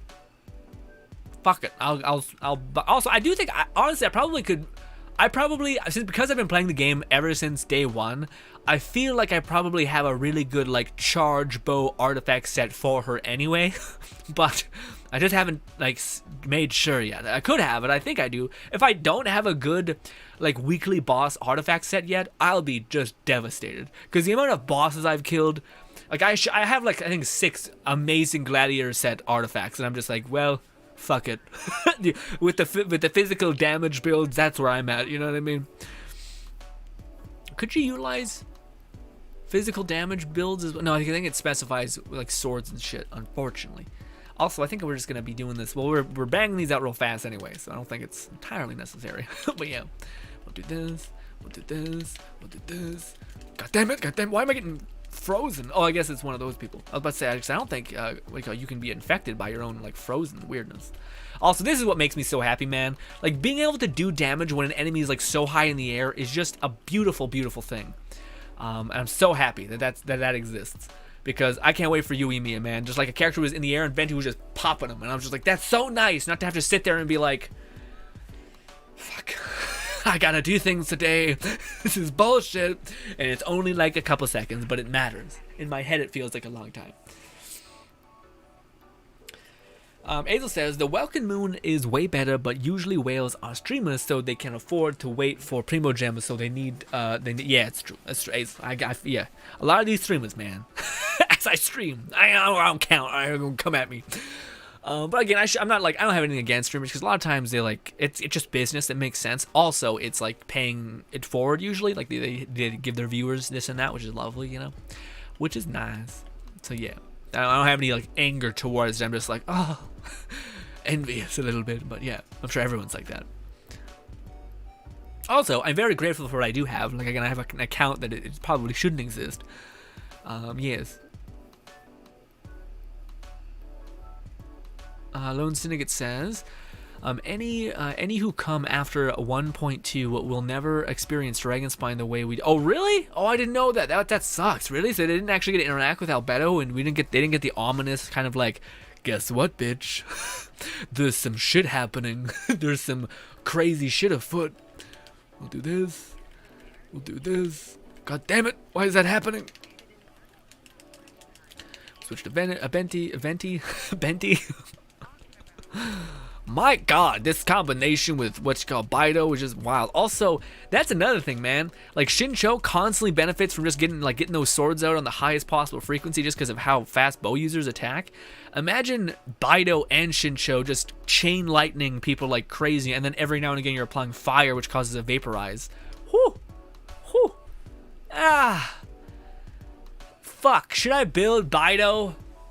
Oh, no. I'll build the Traveler. I think the main Traveler does what Bido does in terms of her ult. Just her ult. Better. Maybe. I think so. I don't know. Maybe. Please, Lone Syndicate. Chill out. I know you really like Bido, but I'm just thinking aloud. Anyway, I know you're... Anyway. Yeah, because I know Bido is like one of the reasons why she's scaled in the way she is because her E can hit so hard if you counter hit. My only weirdness with Bido is that it feels like you rarely get to do that when you want to do it, and it's kind of weird. But with our main Traveler, he just kind of increases the damage that he deals as well as his allies deals, as well as increases the ability for you to use your ults. Which is that we're doing a Yuimiya fucking team building right now. Is that good for you? For the team I just was thinking about? For Venti gets his ult pretty fast. For Xiao, with the Xiao, if we build him with the new artifact set, he should get his ult fast as well. And the main Traveler, yeah, I don't know if we need the main Traveler's gimme of energy recharge.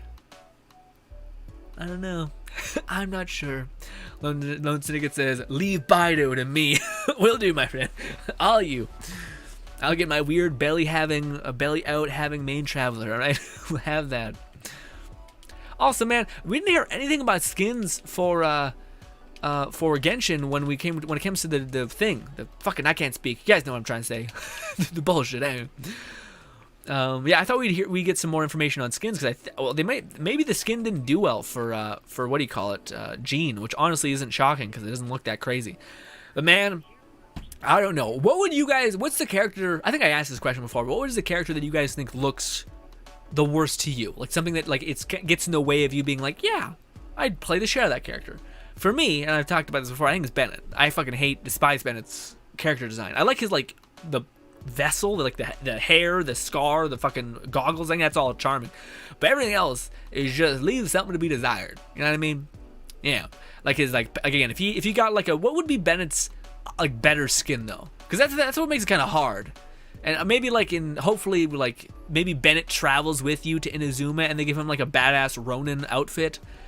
I just hope they don't go too cartoony with it where like Bennett's has a fucking stupid samurai helmet on, you know what I mean? I don't know. Although again, I'm really hoping that they do go, because I think everyone got a little worried when they seen like Jean and Barbara's skin where it was still very much like the same lens. Like it was like, oh, same kind of like blue, cyan and like yellows and like like very light, kind of bright Mondstadt colors, you know, which is nice. But it'd also be cool to see them like go fucking deep and like maybe make Jean look like fucking dark and like have eyeliner and shit. That'd be rad, you know. Instead, they're still playing it inside the like the guise of comfort, and who knows? Maybe they'll charge you like a shit ton of money for a legendary skin. Cause fuck, man, a fucking 4-star skin was $20 or some shit. What is that? What is that? The hope is that the 4-star skins will be free, so there's still hope for Bennett having a free goddamn thing. So yeah, hopefully, fingers crossed that happens. Because I think honestly Barbara's skin looks better than Jean's, which is stupid because she's a 5-star and all these things. Also, it costs money, you know.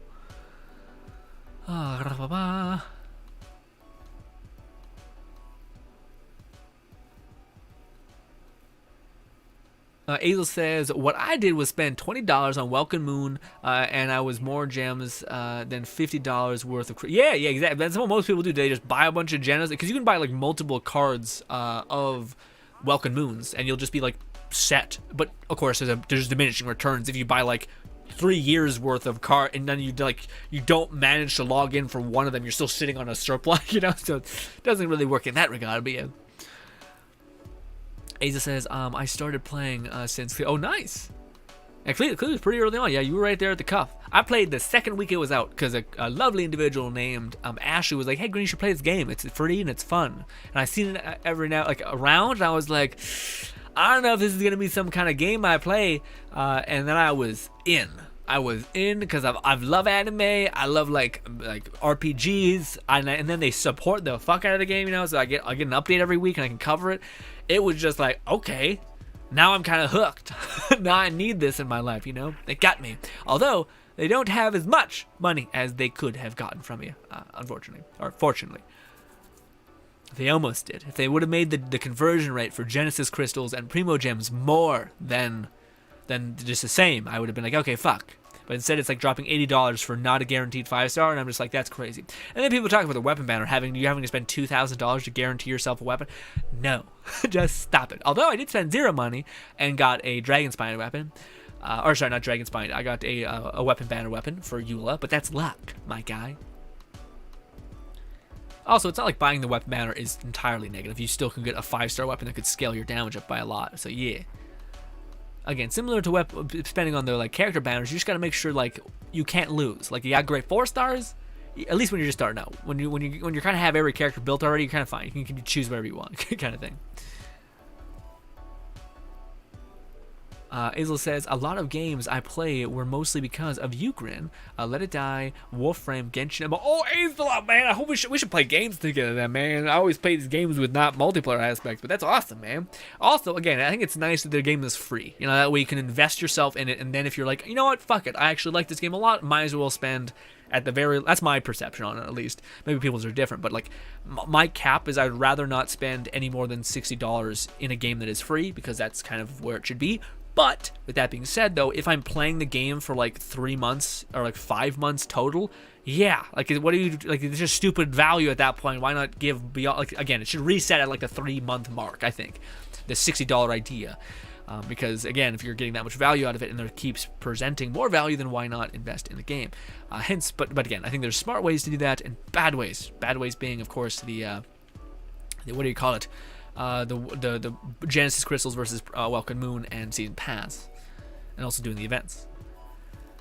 Azel says, yeah, I was going to re-roll my account, but in the other account I wouldn't be able to finish Dragonspine, and I wouldn't have the sword, so I stuck with the account that now is my... Yeah, man, Azel, I was a hard choice, Azel. I was in the same predicament, man. I was sitting there, and I was just like... Should I like, I basically had an account with Venti and someone else. It sucks because I had an account, I think, with Venti and Bennett. I just should have stopped. I should have chosen that one, but this was at a time where I didn't know anything about the game.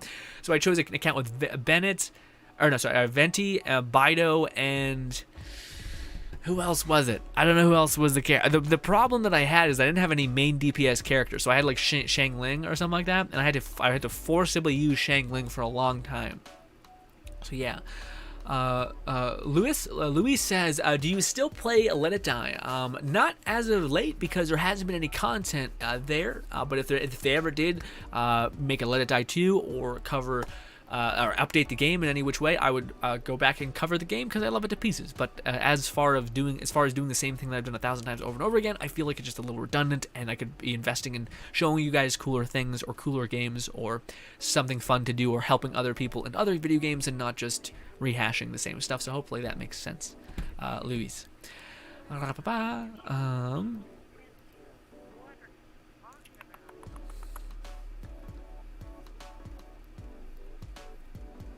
Carlos says, Grin helped me out a lot when I was on 420. Love the idioms guy. Yeah, man, I want to make more, but there hasn't been many games that are like that, you know? Especially free games that are like that. There are a couple, but a lot of them have, like, I don't know. I feel like a lot of the games are like that I could maybe, like, make a guide that need guides for them. Either have guides made for them, or they're not games that I don't really find they have charm. You know what I mean? Like, that's something really important to me I find in games. Like, my favorite game of all time is Fable. Fable 2 specifically, and every other Fable I love almost as much. Like, it's like 90 to 99, or like, sorry, 100 to 99.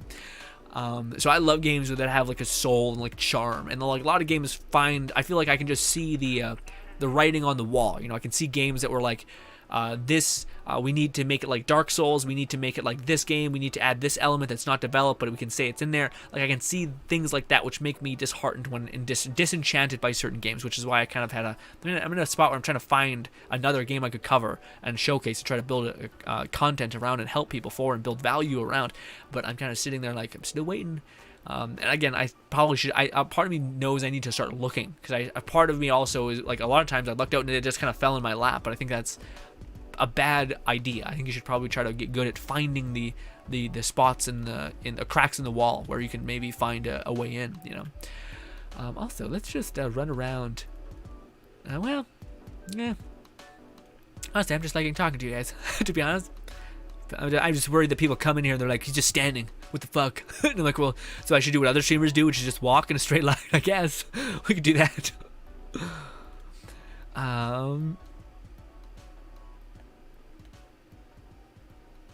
Azel says, Waterboy or Amber. But but then again, who uses Amber exactly? Yeah, that's the thing, man. Shincho crept up on me. Shincho is also a character I would love if they gave a new look to. I don't know what their prerogative is with giving like teen boys weird boy shorts and exposing their stomachs, but I am not comfortable with it. Frankly, I am not. It's not okay for me. Maybe for you. I don't mean to jump at you, but I'm just saying it makes me. It's just like, why? Why I want my main childlike character to look like a fucking badass, i.e. Razor. Although Razor still has a little bit of stomach, but he's covered in scars, so it's kind of a pass, you know?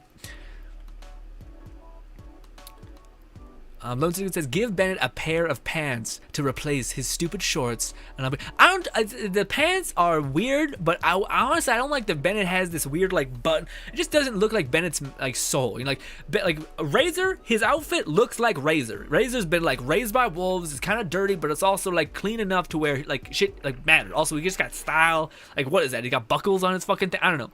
Regardless, the fact that, like, fucking Bennett of all people has an exposed, like, weird, like, fucking I'm gonna go, like, Night at the Roxbury kind of nonsense. It's like he's wearing that. It's like the most opposite of his human personality ever. Like, what are you talking about? Also, the guy is so unlucky. Fucking shit. Wouldn't he want to have, like, pads or something on his body, or is he just an idiot? Well, he might be an idiot, but he's a charming, beloved idiot. So we can also argue Bennett is, you know, just not Bennett. Sorry, Razor is also, you know, just a weirdo. Just a weirdo. And maybe an actual, yeah, jacket. I would like a jacket too. Azel says, yeah, Grin pretty much carried me to Let It Die to float. Fuck that, I did nothing. If people keep saying these incredibly sweet things, I see the beauty and wonder in their compliment of me being like, of them being like, hey, you know, you helped me get to XYZ, and I'm like, you guys are insane. You realize how much, like, time investment you just need to just chew on through Let It Die? Yes, all you guys. I did nothing. I did nothing. I made some couple goofy jokes and told you guys how to dodge. Essentially, show your back to the enemy. Honestly, you could really boil it down and let it die to show your back at the enemy and then hit when they try to attack you by counter hitting. Super, it's not that bad. And then just devote like 6 days to farming one item. And you're like, oh god, well I guess. And yeah. Lone Ticket says, I remember when Grin used to play Bido. Also, Bido could have been a main DPS. Yes and no. The thing is that like for me, Lone Syndicate, I was playing Bido, and in the back of my head I was like, well shit, I don't want to and this was at a time when like resources for a person who was free to play, which at the time I hadn't spent any money in the game. I see you rat. Anyway, I didn't want, like, resources were really tight, so I didn't want to invest in a character that I was going to regret investing in. And now we know that like kind of every character with enough investment can kind of take you anywhere you want. With like leveling up their talents enough. But again, this is at a time when I wasn't even eligible to fight the weekly bosses, so I was still trying to find like my golden goose. I really wanted Razor, so I was specifically like waiting. Like a lot of people were ahead of me in terms of progression, but I was just waiting till there was a banner that had everything I wanted on it, and it was Zhongli's banner, I believe, that also had Razor. So I got Zhongli back when he wasn't good, or wasn't as good. He was still really good. He was like a shield character that could keep you safe forever still. But regardless, Razor was there, and I got max Constellation Razor first. So that like made my whole experience just fun, because not only was it a character I loved the look of, but it was a character that was just like strong in his own right, and he was strong in a very different kind of way. He wasn't like busy where he had to like queue up elemental skills. He was just fun, where you just can just grind straight through people. You gotta switch to him and just feel the weight of him being a main DPS, which is cool. Or other characters, you kind of need to like queue up abilities, which can be a little sus, a little less fun, but at least to me. But yes. Carlos says, have you tried entering the gun going? What's that? What is that, Carlos? Is that the Hitman Reborn game? Is that what I'm thinking of? Going? I don't know what that is. There's a game where like you progress through levels, and it's I think I have it. Maybe I should do some more videos on that. I just haven't played a lot of it, and it was one of those things where like I don't know. It seemed like it had like it took forever to do things for no reason. It seemed like it was like, oh, in order to, like, I could clearly tell because they made it like an RPG, that it seemed like to me that because they gave you like a skill tree, that every time you died you would get better skills. They almost facilitated like the scaling of that. The only thing that sucks is that in order to level up that skill tree, you need to keep your ass progressing a lot. So it kind of took the wind a little bit out of my sail, where I was like, oh man, I don't really want to like go up the tower 6 times just to be able to get enough experience just to get this character that I want to play, and then know that I have to do the same thing over again to level up their skills, what with all of it feeling relatively unnecessary, because I'm just sitting there like, I know when I get to this point I don't have enough damage or health to even get by. And again, that's one of the things that I always appreciated about Let It Die, is it seemed like, at least at the beginning before they introduced Tengeku, where everyone had assault rifles, it seemed like you could outwit the game, which to me was such a charming idea of like, yeah, the game is clunky, but so is the AI. So if you know how to jump on a box, if you know how to get around their combos, if you know how to utilize the fact that like this specific mushroom can concuss enemies and send them back, then you can basically like wipe a shit ton of impossibly high leveled enemies. All that stuff worked and made sense and felt pretty honestly good. But again, then stuff started to taper out. But anyways, when I played that Hitman or Gunfire Reborn, is that what it's called? I don't know. At least that's something similar to like level progression. It didn't feel the same way. And maybe I should go back and play it. Maybe they made it so that like, progression felt better and more like substantial. But it felt weird when I played it last time. It was fun, but I just felt like I was like, wow. I got to like the 15th floor like 6 times, and I could feel that like I don't know what else I could do to destroy enemies. Like the enemies are hurting me so much that if I get hit once, I die. So it's like, well, shit. And of course, there's a progression in your skill tree that increases, I believe, your health. So it's like, oh, well, that means I just gotta run to the 15th floor 60 times. But with that being said, though, apparently it is also co-op based. So I could see that being a very, very fun Sunday stream. With some, because it's also, I think it's very cheap. It's like a $13 game or something like that. It might actually be free. I don't think it's free though. But regardless, yes. I don't know where. We could just run over here. Luis says, I'm going to sub. Oh, awesome. Thank you so much, Luis. Appreciate that.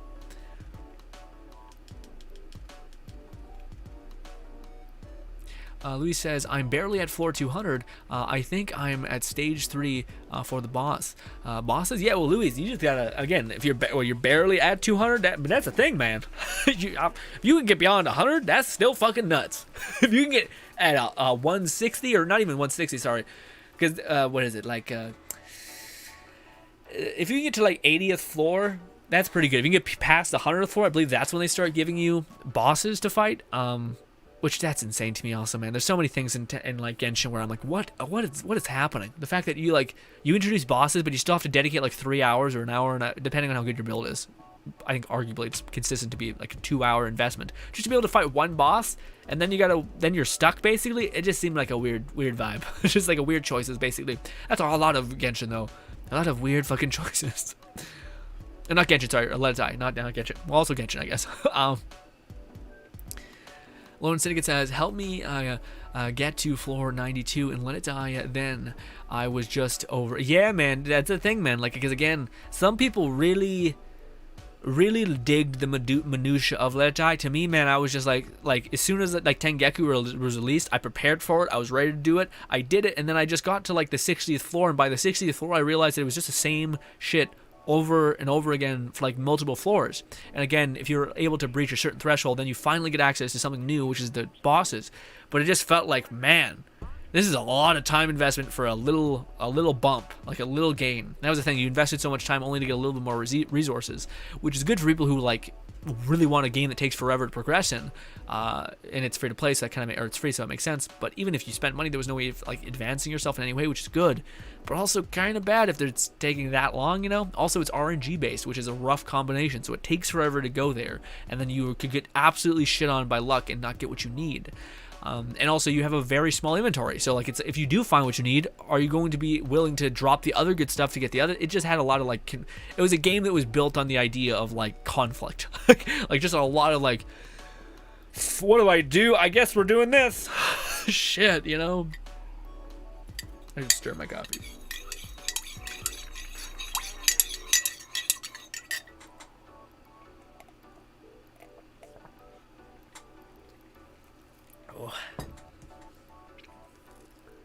Lone Syndicate says, I was in a similar boat, mainly had just support at the start, but when I saw Child's Banner, Bido was on that, and I got one of my each character and stopped and just invested into Bido is what she. Yeah, no, that's man, that's a good thing as well. Like, I think that, like, now if I would have known, if I could tell my past self, but I actually don't regret what I did. Like, I got Razor, which if I were to Razor over Bido.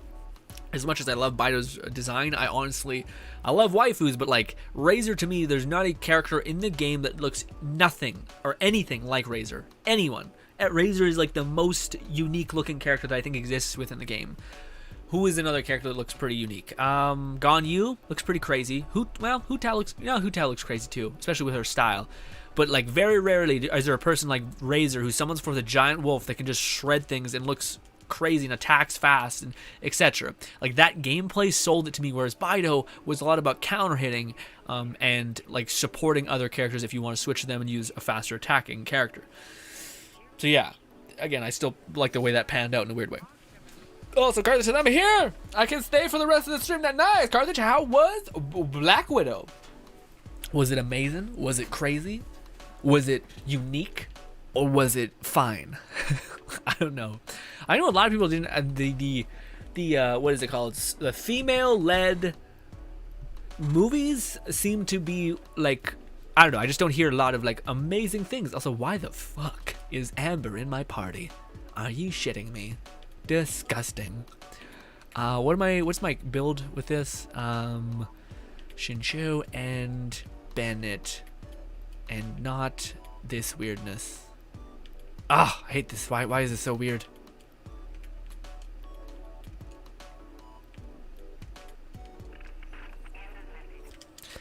Yeah, that works because we have Bennett and well, actually, I could switch to my movement team. Maybe it's not best for this. Yeah, let's just do this. I don't want to fucking worry about it. We're just gonna farm some rocks. I thought, we gotta do something. So we can do something.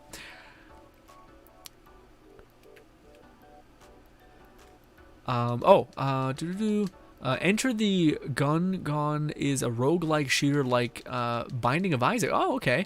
You have to get into a deep of the dungeons using different objective guns. Pretty tough, pretty fun. Okay.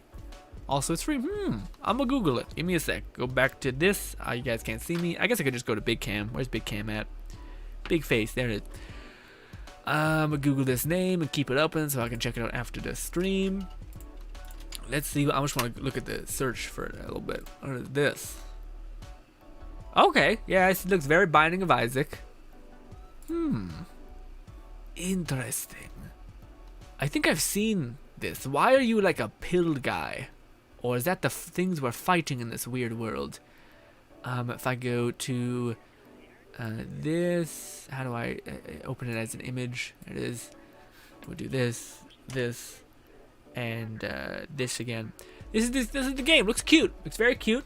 Again, I don't know what the pill person thing is, but it looks cute. Is this the guy we play as? Interesting. Probably, I'm not sure. This again, the whole 8-bit thing is awesome, but I don't know. A part of me, like, I'm really, and I'm sure I would love it, is the thing. But like in my head, I'm like, but I kind of like games where I feel like I'm in it. Like, and so I like Let It Die was a thing, you know, like, or like Genshin, like a third-person or first-person game where I feel like I'm grounded within it. When you kind of you're seeing a speck run around the screen, it feels a little less into it. But I think it, like, games are games, so they'll hook you any way they can. So I think it'll all work out anyway. But I'm not sure. We'll see. Maybe when I'm like bored as shit and I'm like, let's try something. I'm fucking losing my mind. Anyway, this.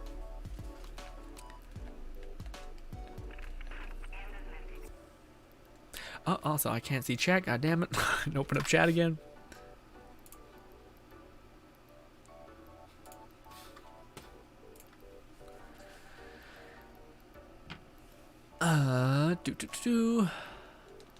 Did I hit all the? I did. I hit all the shards. Yeah, it's nice that it's free. That's incredible. So it's like there's no, again, that's why I think so many like games that I think are good to cover are free games, because there's just no buy-in. So what's the harm in you trying it? You know. Or if you're like, what do you call it, Epic Games, you fully priced $60 games that are like have a huge production value, or just become free overnight as well. Because I can't believe Control became like free so fast. I was just like, wow, this is insane. Losiga says, now she's my main DPS and supports one of the my best characters. Oh yeah, no, absolutely. Again, I think Bido, especially looking back on it, if you build her in a specific way, she can be crazy. I'm actually curious. Have you seen the main Traveler's kit very much, Lone Syndicate? Because I haven't looked into it too much. I don't know. Are they gonna clash? Because technically the main Traveler is a legendary or 5-star character, so I don't know again. But he can wield everything, so in doing that, he may just be weak in some regard. I know it's weird because you could just use both of them and just profit. But I'm curious about how that works. So I know that the main Traveler is like a disco ball, where anyone near him is just gonna get shredded, I think. Whereas Bido, you specifically need to attack. So, yeah, and again, maybe is Bido better? I have no idea. That's the thing. I'm not like, I don't know. It's not like I'm like, yes, you should get fucked or anything like that.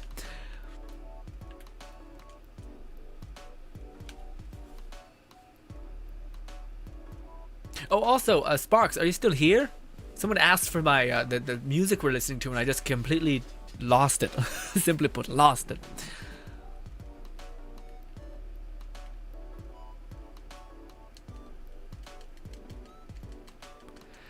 Azel says, for my main accounts, I kept re-rolling until I got more than 5 stars and got Noelle banner. I got Jean and Kaching. I think that's how you spell her name, and use Primo as I had at that point to wish on. Okay, nice. That's sounds like a great plan. Also, guys, want to see them crazy? I always show this and everyone gets triggered. I still have my Noelle banner, which is almost 100% useless at this point, because I do not need anything from the standard banner at all.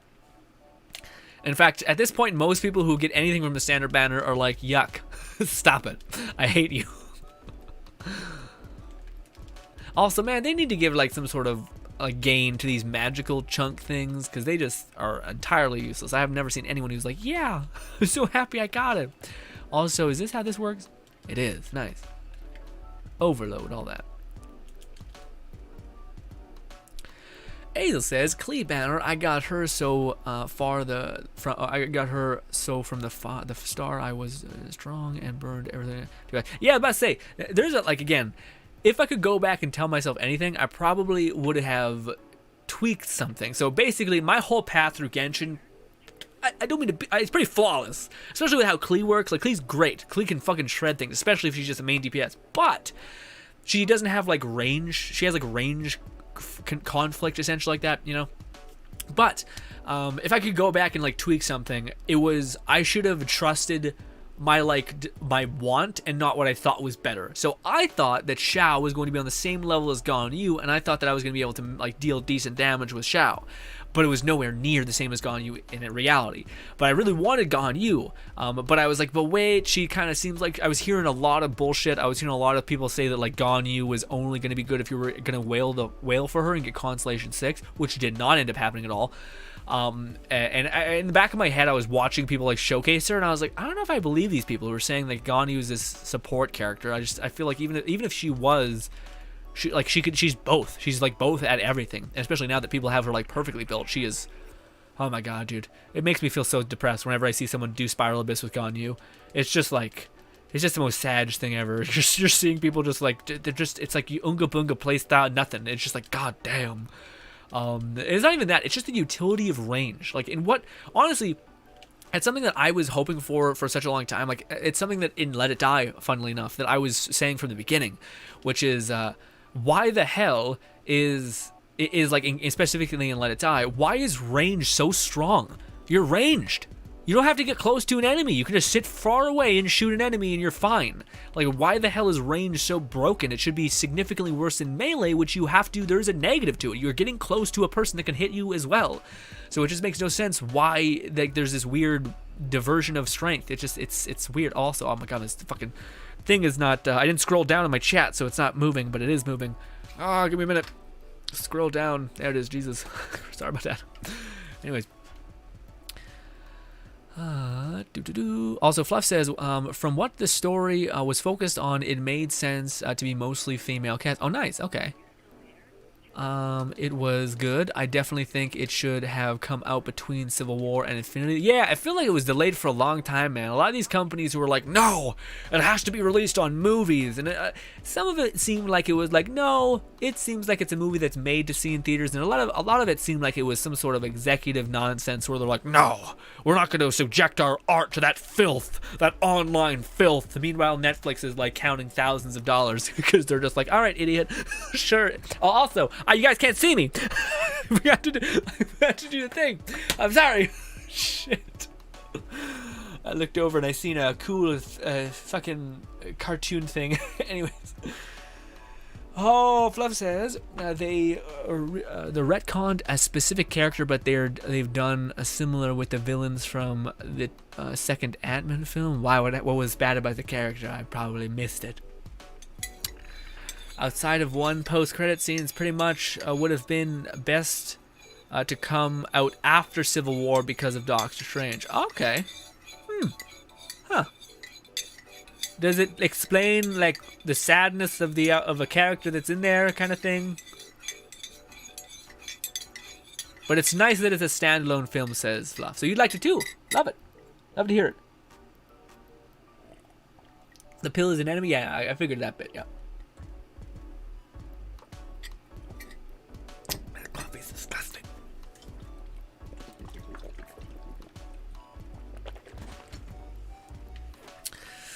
God that says, thanks to the after credit scene, it feels like the movie only exists to set up drama in the future movies. What does that mean? What? Never mind. I probably shouldn't know. Guys, hey. I gotta tell you something. You're not gonna like it. Some of you already know it. So, I was like one of the first people that was all into these Marvel movies. You know what I mean? I watched Iron Man 1 and I was like, this is it. Fucking love this. It's great. all that. And you guys know me. I enjoy most things. Most of the time when people are like, this anime is the shittiest thing I've ever seen in my life, or like, this movie sucks. And I'm just like, it had cool explosions, and I thought one of the ideas that they tried to do was fun, and that's good enough. You don't even need to like nail the idea. You just need to introduce something neat, and I'll be like, ooh, my imagination can play with that, and I'm happy with that. And then I'll just go from there. At some point, basically, I watched every Marvel movie up until I think Ant-Man. I watched Ant-Man. That was what it was. I didn't watch the cumulative movies. So I watched every movie. Oh no, people are coming in here while I'm talking about this. Also, what's good, Sammy? Hello, thank you so much for stopping by. But I watched every Marvel movie that wasn't the Avengers movies. So I watched everything but Avengers, which made for a lot of confusion on my part, where I was just like, I think it was because I knew that they were great, and I have this weird habit of when I know something is going to be really good, I watch it until I save it, like a weird pack rat. Like, he's like, hey, I know this is that good shit. I'm gonna keep it until I'm like depressed or like I need a good time, you know. So I'll go about it like that in this weird nightmare that I've created for myself. And yeah, but then I started not watching some Marvel movies because I started like I didn't want to be spoiled because of stuff that happened, basically. So, but then I ended up like being out of the zeitgeist. So then I like got pulled in weird times. So I've watched like Civil War, but I didn't watch Avengers, the first one. So I just watched Civil War. So I just kind of got, again, me being my beloved idiot myself. I'm just kind of sitting there like, it doesn't all need to make sense. I just like these characters doing these character things. So then I was just like, this is fine. I'm enjoying it. And now we're at the point where like I've missed so many films to where like I think it's the only hope for me is that I just gotta binge watch all of them on one night. But I also, again, in my head I'm like, those movies are fucking bangers. I know they're bangers, so why not wait until we need good movies? I was gonna make a weird sentence and I thought, no, not today. I'm having a good time. I don't want to hurt myself. All right, no. Because smacking someone with a rusty pipe isn't as deadly as a bullet, let alone many. Got it. Also, guys, forgive me for missing a lot of the chat just then. I got on a little tangent, and it sometimes happens. If your comment was you wanted me to hear, then yell at me again, and I'll see it. Azel says, and I was going to pull for him, but lost the 50-50, but in the end I was happy because I hate constellations that you need certain amounts of energy to proc to constellation. It sucks that for yeah, but also shout. Yeah, I mean, that's something that Mihoyo has actually been somewhat good with, is like, it seems like constellations just unravel another playstyle, because for Shao, for me at least, like the way I also got really lucky with the artifacts and the like regen substats that I got. But yeah, he really worked for a good bit there. He doesn't work like Razor works, like especially now with the Pale Wind set, but works enough. But also, I think that's one of the beautiful things about Genshin is that it does seem like everyone's kind of experience with wishing for a banner, and like a lot of times you're like, you got a character that you just kind of had to make work. You know what I mean? Like, we're like, okay, well, I didn't really want you, but I guess I got to kind of figure this out, and you do that. Or like maybe you get so many constellations for a 4-star that you're not really interested in, but you're like, fuck it, I guess I have so many constellations that it'd be stupid not to build you, and then you end up being like, actually, this character's fun as fuck to play. I'm having a great time, you know. Azel says, it's his C6, which against bosses you don't even. Shao's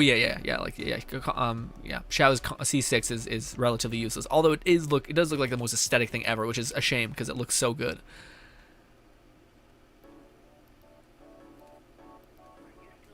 Oh, I'm sorry, Carlos. I missed your comment. Forgive me. It's not talking about Shao 2. I want to read it, but I can't pause the game and jump over, unfortunately, because Genshin's it's not like a windowless browser game.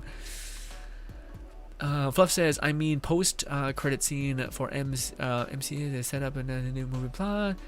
No, which Avengers? Did I miss? I missed. Carlos says, and release Black Widow earlier. Okay. Oh yeah, Fluff credit feels like the movie was only there to introduce characters.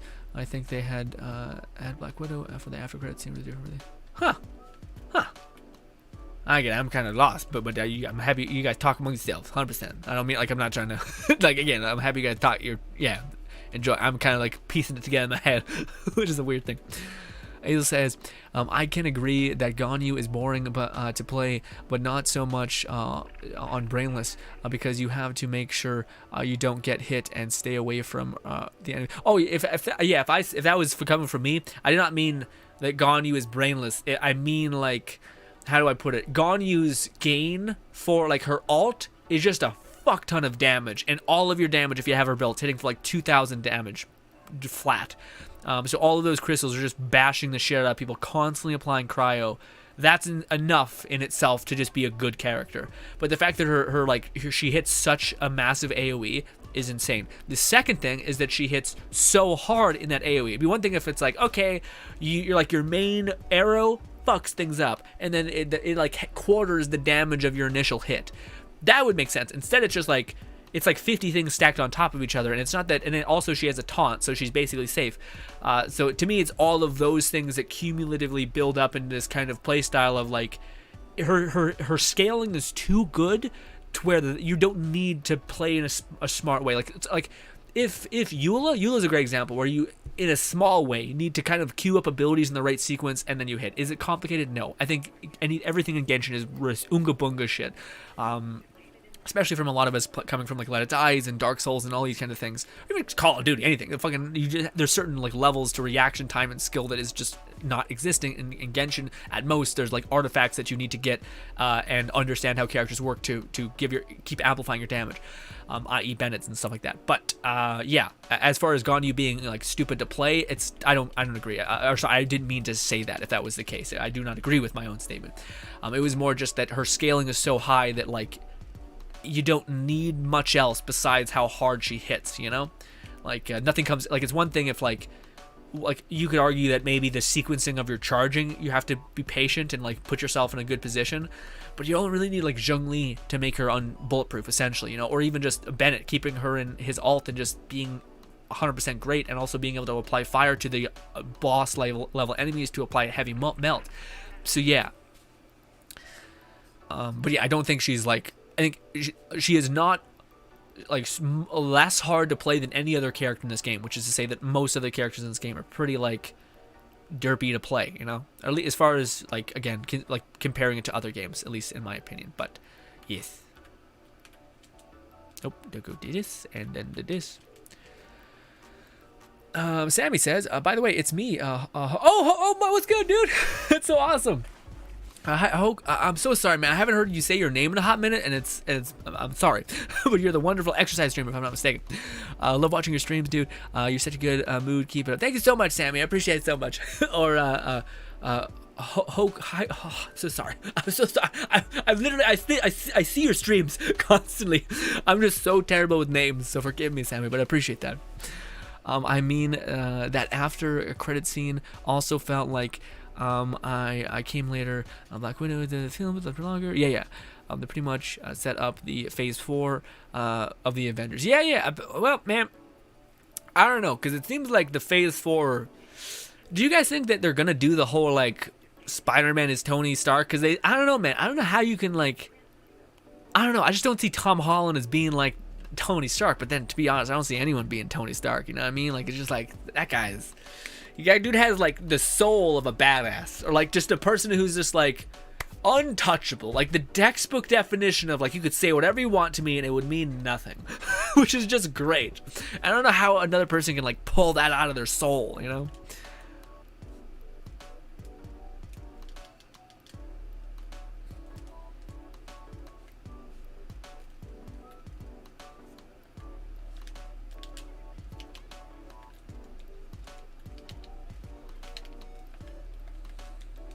And Overload is such bad damage. It feels bad. Also, Bennett's alt, man. I'm not sure. I don't know. I probably don't need to keep leveling it up because I just have so much HP. Also, how much? I don't know. It doesn't matter. I was about to say, like, how much healing do we have? Also, did I not pick up that? Guess it was a mask stuck in the wall? Weird.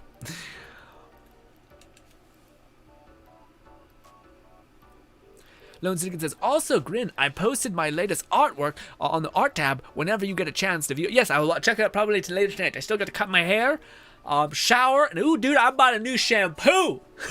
Okay, it was expensive, but I only wash my hair a couple, like 2 or 3 times a week. Because apparently your oils on your hair is supposed to be like good or whatnot. You don't want to like strip them off. And I noticed that my hair was getting dry when I washed it every day, and it was just honestly creating weirdly more grease because your hair like kind of tries to fight yourself with that weirdness. Regardless, so I get by with like more expensive shampoo or whatever and conditioner, but I can't wait because my hair is kind of a weird bit of business. Sometimes it bites me. Sometimes it looks good, other times it looks like nasty as shit, and I feel like you guys feel me on that. And sometimes it's like, it's so dry that it fights me. I can't style it in any which way, it looks awful. So I'm hopeful for this new shampoo I'm getting, or using. Also, it could be awful, because it's like hydrating or whatever that means. So it could just make me look like an oily fuck, and I'm already kind of there, which is not great. Anyways. Azel says, no, it wasn't you, Grin. I was just throwing that out. Oh, perfect. Okay, perfect. Yeah. Yes, but even still, again, I think it's, man, I'm not sure if you agree, Azel, but I just feel like so many people, I keep hearing people talk about like I still am. Fuck it, it's spoiled anyway. I crowned Razor 3 times. And this was before this was in the beginning of the game when I was first investing in Razor. I heard so many people talk about how like Razor was like a unga bunga stupid character to play, like super easy, turn off your brain. And I'm just sitting there like, what are you guys talking about? Every character is like stupid to play. I'm not even arguing that Razor's complex. Although Razor, if you want to build him for high damage, you have to basically utilize his like energy recharge, like make sure you're using your E, and especially with the new Pale Wind set, which Razor works, I think in some cases better than Yulav for, because Razor can use his E, use his alt, and then immediately use his E again, which gives you the max amount of damage from your Pale Wind set, or a Pale Flame set, sorry. Which can be huge, so I don't know. I always just heard people talk about how Razor's like silly, and meanwhile they're playing like Child. I'm like, what are you talking about? You literally just hit and do chart, like what? What are you fucking talking about? People, please. Like, God, we're not playing Dark Souls or some sort of crazy fucking strategy game. Christ.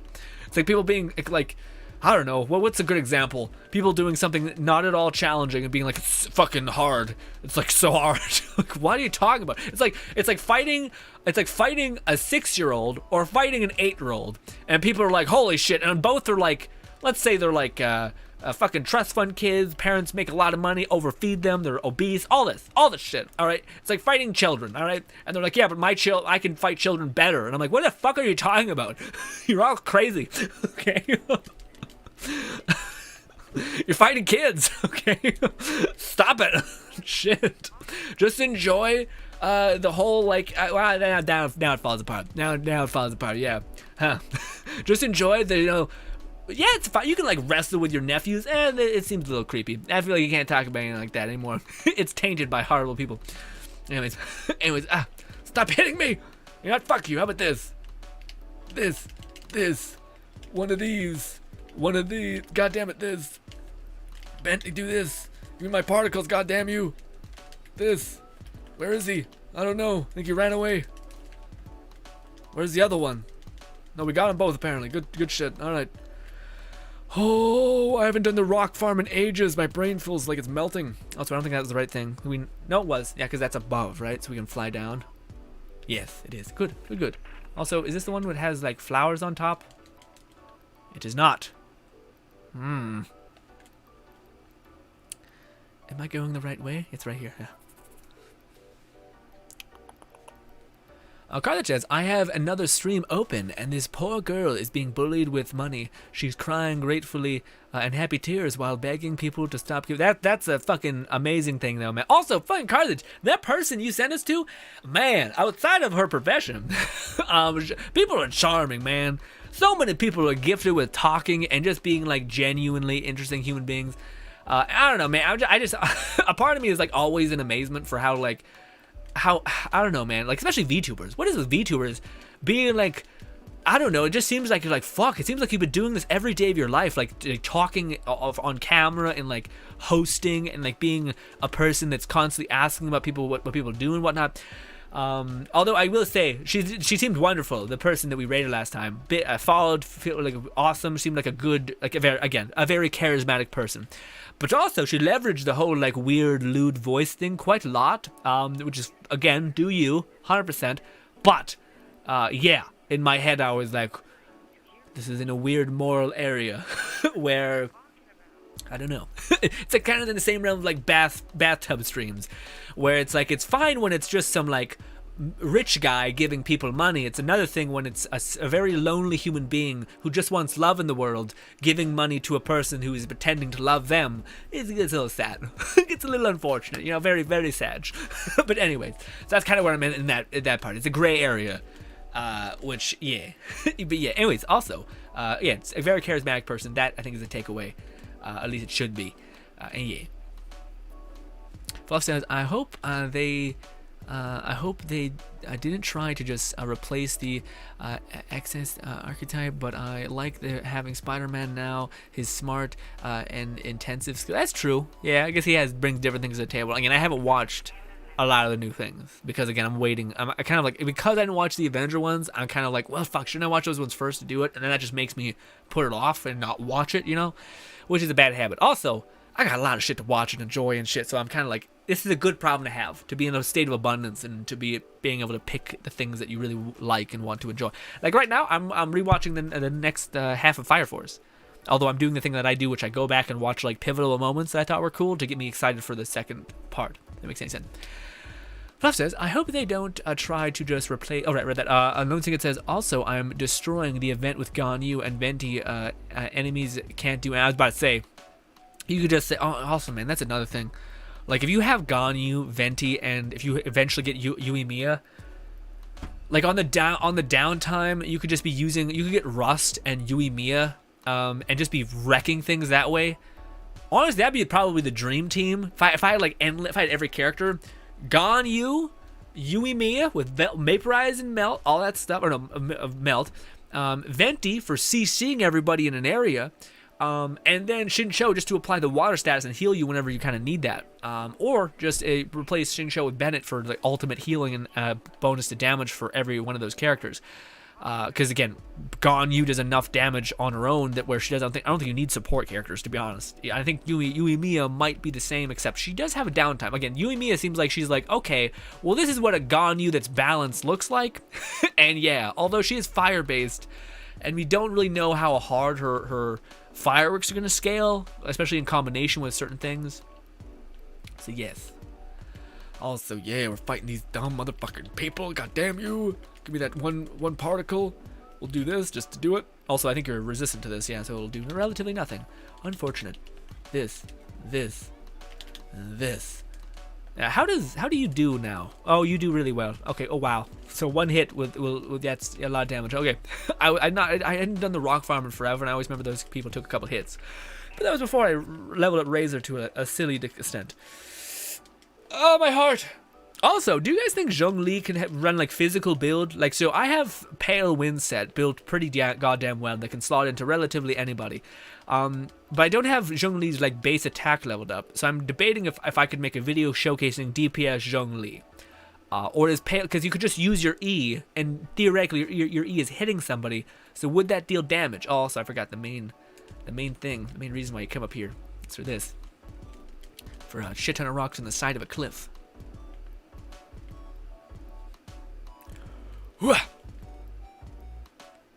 Fluff says, all I know is I think they're strongly reconsidering having Captain America, having Captain Marvel be the lead for the new Avengers, as her next movie has her name dropped from the top. Yeah, man, that's the thing, man. I feel like a lot of people were like, I don't know, man. Like, okay. This is where I could get into trouble. All right, so forgive me. My intent is not to do harm. My intent is just to talk about things openly and be honest, which is what I've always strived to do, which could get me in trouble in the future, but eat me. I know who I am and all that stuff. I find, and this is something that's existed within games, within movies, within everything, but a good story should be what you're trying to do, not appease the weird groups and try to do, because it feels disingenuous. And oftentimes if your heart is not behind something, or if it's not creatively lit for something, it's going to come out half-baked, half-assed and just insult people, or it might just, the people who it's pandering towards might get a kick out of it. But I also feel like the people who can see it pandering, it feels weird. Like there are things that are like beautiful. Like a great example is Horizon Zero Dawn. Horizon Zero Dawn rarely ever did this thing where it's like Aloy's a woman. It was like, no, we're in a world with dinosaur mechanized creatures that can crush anybody no matter what you look like. It doesn't matter at all. It's just about how can you survive and utilize technology to the best of your ability. That's it. It never had this weird like, but men are the worst and women are credible. It's like, dude, everyone's a human being, and human beings are great and horrible. I come from the belief of human being. That's it. Human beings were Hitler. Human beings were like amazing, wonderful, incredible people as well. Human beings can be everything, and it just because you're one thing doesn't mean you can't also be the other thing. So I don't know, man. I just feel like oftentimes people in the way, like, I don't know, the whole like people building media to like appease certain things takes away like the beauty of art, and a lot of times it feels like creators are like shoehorned into making content about those kinds of things and not a genuine way. And what do you call it? And also it's frustrating because those people always, I don't know, I always hear people say, well, like, you should make a video or a movie like this. Like, you should make a movie where this person is, this happens and that happens and this person is there and that person's there.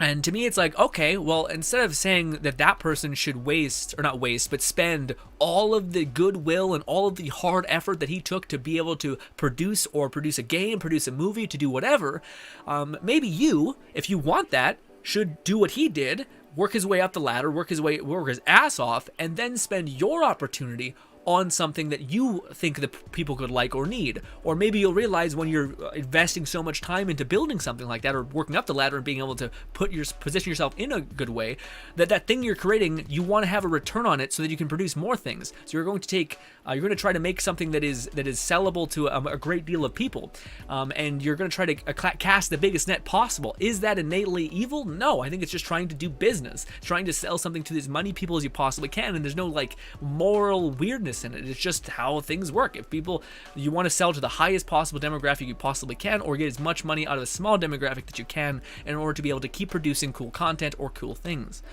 But yes, little tangent aside, sorry about that. Yeah, one little off. Apologies. Every now and again I keep seeing stuff all over the place and I'm just like, man, this seems like not it. This seems like a bad idea. It seems like some people are having weird takes, and I could have a weird take too, so I shouldn't do that. Also, what is that? Why is there a thing there? And like a little pickaxe. Did I mess up and click there? I don't know. I don't remember this farm, so I'm in a weird way of it.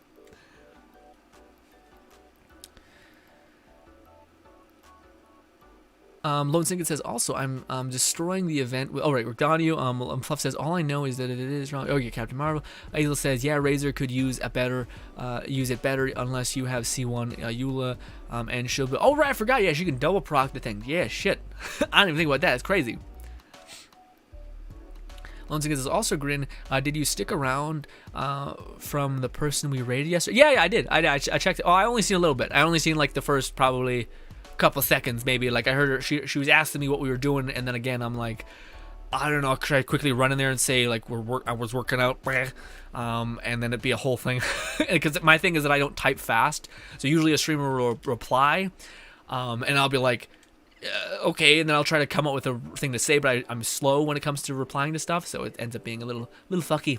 So yeah, I end up just being like, hopefully people can talk for me because I trust you guys.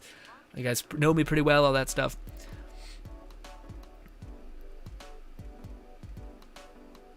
Carly says, lol, Cottontail is pretty awesome, very charismatic. I was about to say, yeah, she seemed like, again, a character, like very good at like performing just constantly, and not in that way, but performing in a wholesome, charismatic way. But also probably the other way. Also that as well. But do you guys think that's a bad look? I was wondering about that. Do you guys think, because again, I have my reasons for not like when we raid someone talking a lot about them, and maybe that's bad because maybe it makes it like disconnecting. Like, I mean, like maybe they think, oh, this guy just raided me, doesn't know who I am, whatever. I still think I would be grateful for anything, but I still think maybe it goes a little bit further by being like, hey, how was your stream? How are you doing, etc. But I'm just not very good at typing. But maybe I need to get better, and maybe that'd be a way I could. I don't know. I hope it doesn't look weird, is what I'm saying. Like rating someone and then just being like, how was your stream? And then me being like, because because on my other end, sometimes when people don't talk about like how their stream was or anything like that, it makes it feel like you're just. I don't know. To me, I still feel grateful for the experience of person like being like, hey, give this guy some more love. I appreciate that. I don't know. I feel like maybe it has a different context when you're actually talking to them.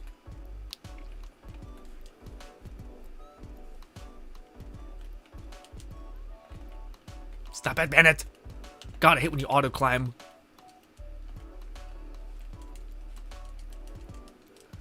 Fadoosh.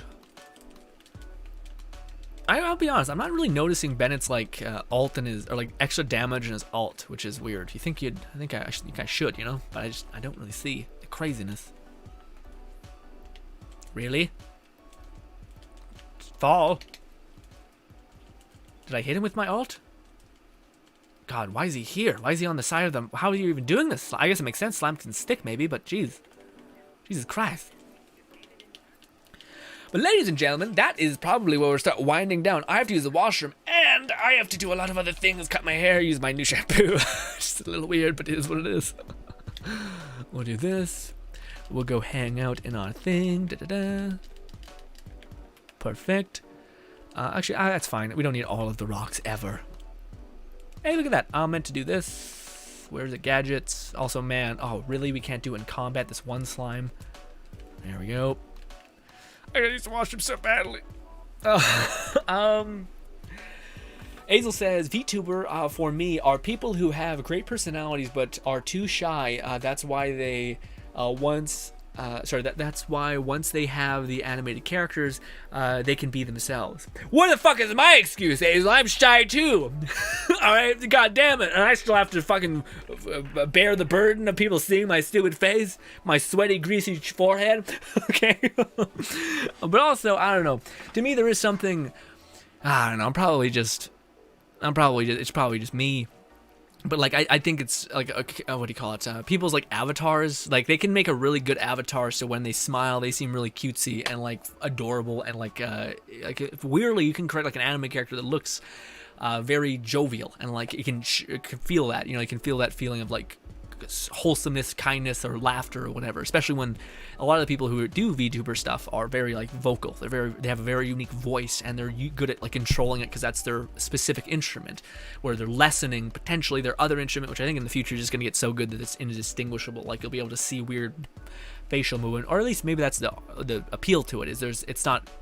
Again, anime is almost disconnected to reality, so it feels like a different thing entirely, at least to me. But I don't know, man. A part of me, like, 'cause I thought about the whole like VTuber thing. I got a great camera. I'd be able to like perfectly match up my face and stuff like that.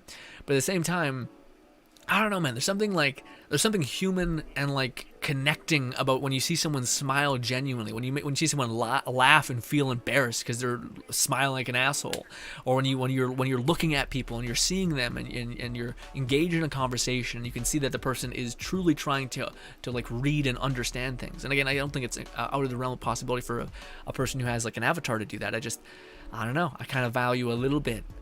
And maybe it's bullshit. Maybe it's like it doesn't have any sort of gain. But I think there is, at least to me, something for a person who is, just seeing you, like just looking at you, smiling at you, and it's a human kind of feeling, not necessarily a weird character kind of feeling, which maybe is better because it's not human. A human being, looking at a human being can be uncomfortable. Making eye contact for some people can be quite uncomfortable. But yeah, I don't know. But it's kind of the way I'm not sure about it kind of thing.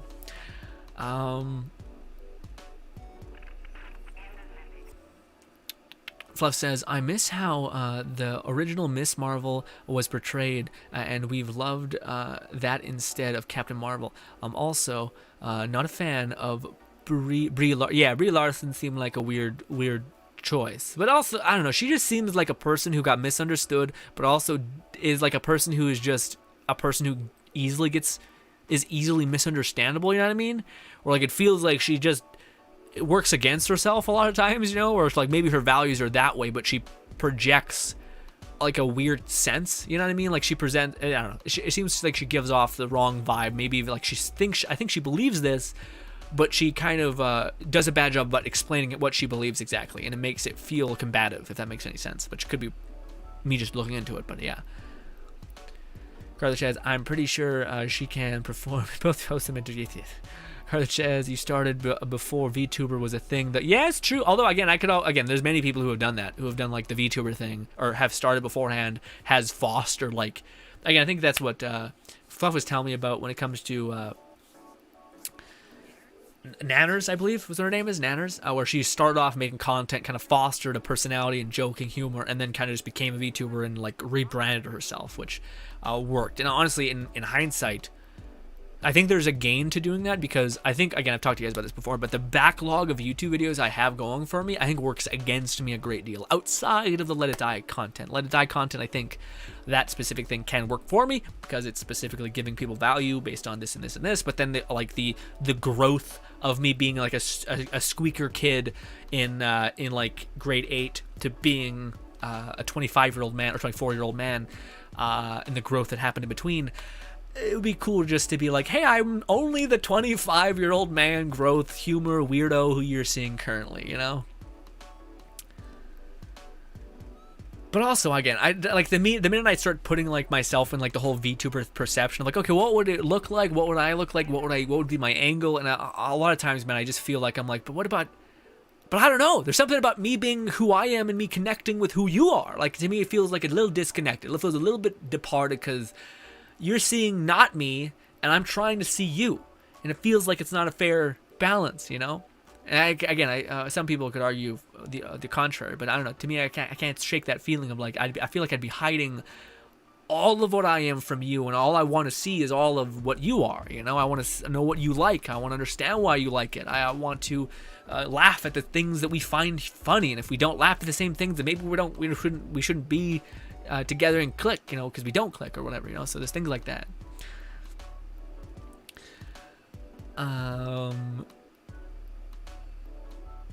Hazel says, will Grin be a furry? I'm joking. It's all good, Hazel. Even if you weren't, there's many things that are like that, though. Because again, I don't want to disenchant the VTuber aesthetic, guys, but a lot of it is like, it's very K-pop.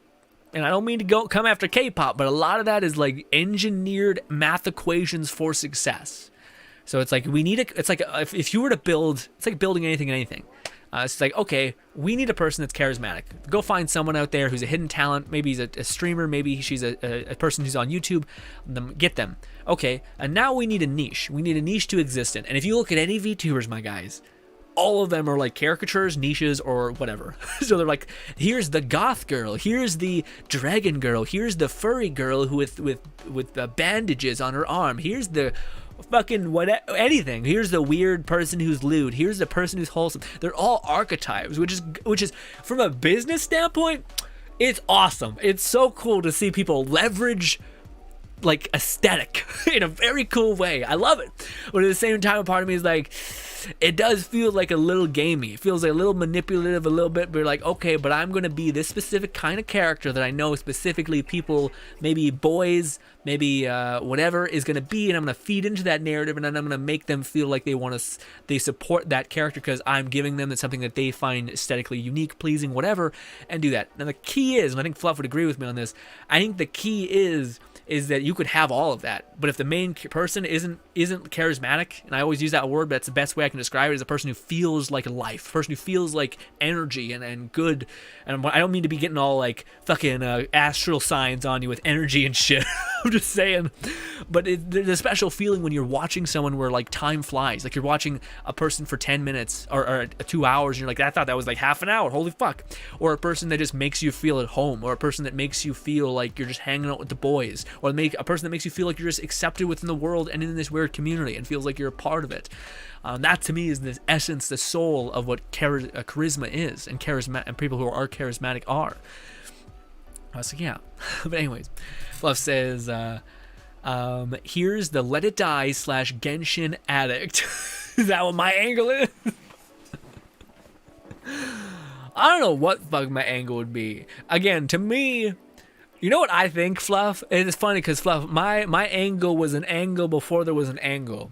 So I remember back when we were playing Mortal Shell, and I was right when I was getting into mask making, and I was like, I always had this idea of like restarting my YouTube channel and starting it with like a gimmick, basically, like a character gimmick. And what I thought I would do is I would wear like a knight helmet, like a classic, like a Skyrim, the ebony armor, like the helmet looked like classic knight helmet, except it would look a little more sharp.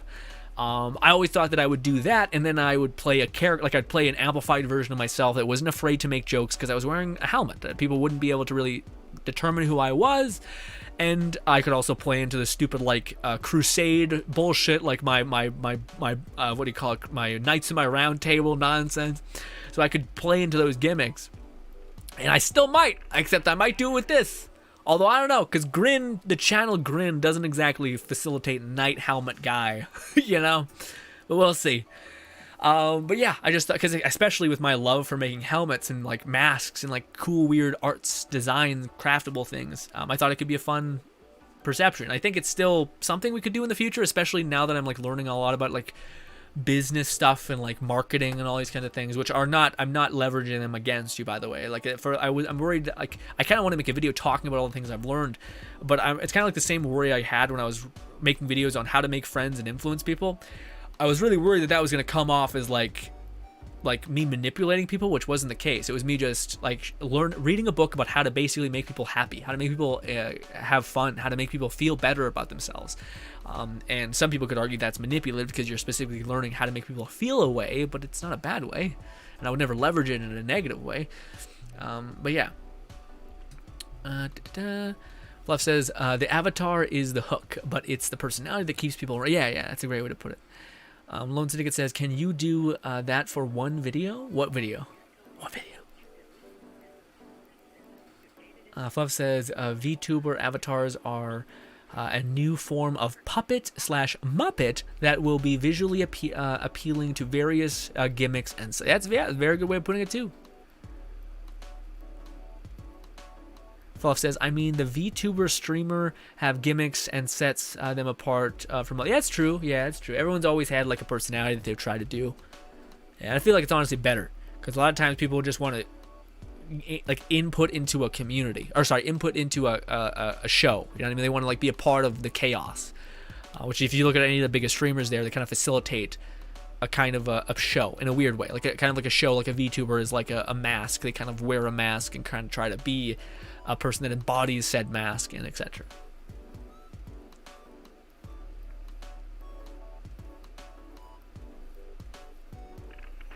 Hazel says, but you should try to build the armor. You are good at making stuff. I would not build. The armor is a whole nother bit of business. The best I could do is like shoulder pads, maybe a chest piece and shit. I don't know. Nub says, whenever someone mentions a streamer that sets them apart in my mind, I always go to T1 for some reason. Huh? Hey, who's T1 again? I'm not. Oh, Tyler 1. Okay, yeah, I can see that. It's true. I agree. Tanner says, I often think of Admiral Baru because he was a creator for years and never could handle face cam because of self-confidence issues. Now he's made his personality into an avatar, and it works very. Oh yeah, no, I see. Admiral Baru, I used to watch way back in the day with Morning After Kill, specifically Gathalion, and like seeing his career develop, and it was interesting, man, because like. That guy came a long way, and I don't mean to be like he's seems like he's a great creator now, but back in the day he had I don't know how the right way to phrase it, but like I think he cared a very great deal about how people perceived him, and it's not like everyone has that problem, right? Only recently have I started to kind of feel better about like at the end of the day, if you can't stand by yourself, then who cares what everyone else says? You got to look at yourself in the mirror, do what you're gonna do. It's okay for people to disagree with you, but just not stand by who you are, and to know who you are is, I think, the best possible outcome. But anyways, yeah, I remember him like it was like 3 streams where he banned everyone in his stream from talking or something like that, and I was just like, ooh. And people can be shitters for sure, it wasn't one of those, but yeah, I think there's many of those cases, Tanner, where people could like do that. And again, I'm happy that he's found his way, which is awesome. especially considering he put in the work. Like there are some streamers that like try to, it seems like to me, cultivate like a personality, or like gamify it, you know what I mean? Like people who like take a shot every time this happens or something, so they kind of like try to make their like 3 hours of just fucking 100%, you know. And then there's streamers who are other people who I think are also equally as incredible, who stream for like 6 hours every day, and you're just like, fucking shit, that's just like a level of endurance that I can't even manage, you know. Like that's amazing. So just different strengths for different people, I guess. I think I'd always rather stream for like less and try to make it more, but that's just my dumb ass. Fluff says my net has brown out or something. What do you mean? Nub says then you have Tyler One who does all and then yeah, exactly, yeah. Ladies and gentlemen, I gotta use the washroom like you would not believe. I'm squirming here because I'm losing my mind. Thank you so much for putting up with me. This was a great stream. I had a bunch of fun. Also, thank you so much for making a video with me. Hopefully that Ayaka video turns out pretty well. Much love to each and every one of you guys. Again, I love these parts. Honestly, like, I think I may go back. We might like pivot. We may like play a game for like whatever stream. Basically, I think I may just keep like gameplay of games that I'm playing in my pocket, essentially, so whenever we have moments where we're just talking like this, people can look at something on screen and we don't have to stop talking about it, because I really like talking about anything with you guys. Honestly, I like your take on a lot of things. Anyways, ladies and gentlemen, thank you so much for your time.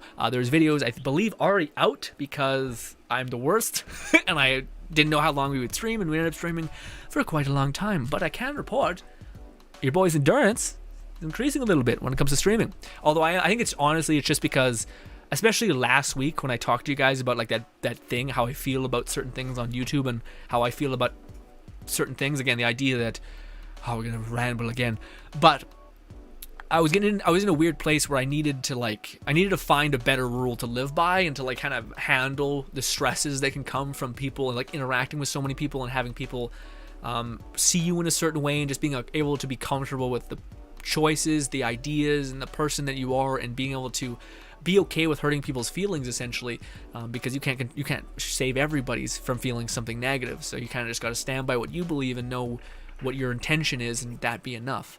And try to do as little harm as you possibly can, but not to be afraid of when you somehow do harm. It's not on you to save everybody. It's on you to try to save yourself and try to make others feel good and do as much as you can, but not everything. But anyways, ladies and gentlemen, that gave me a lot more like, well, fuck it. If I'm just standing here and talking, then that's what we're going to do. I don't care if there's nothing going on right now. I don't care if the chat's slowed down. I can talk to myself for 10 hours if I needed to. So it's just helped with the endurance aspect of streaming, which I think is what I was always battling with a little bit. Is like the back of my head's judgment upon myself and stuff like that. But I digress. Not every ending of a stream needs to be emotional. Appreciate all of you so dearly. Hopefully you guys do enjoy the rest of your day. And goodbye. Also, somebody did say a set of like status points. I can't. I gotta use the washroom. You've already made me work enough in terms of status points. Anyways, thank you and goodbye.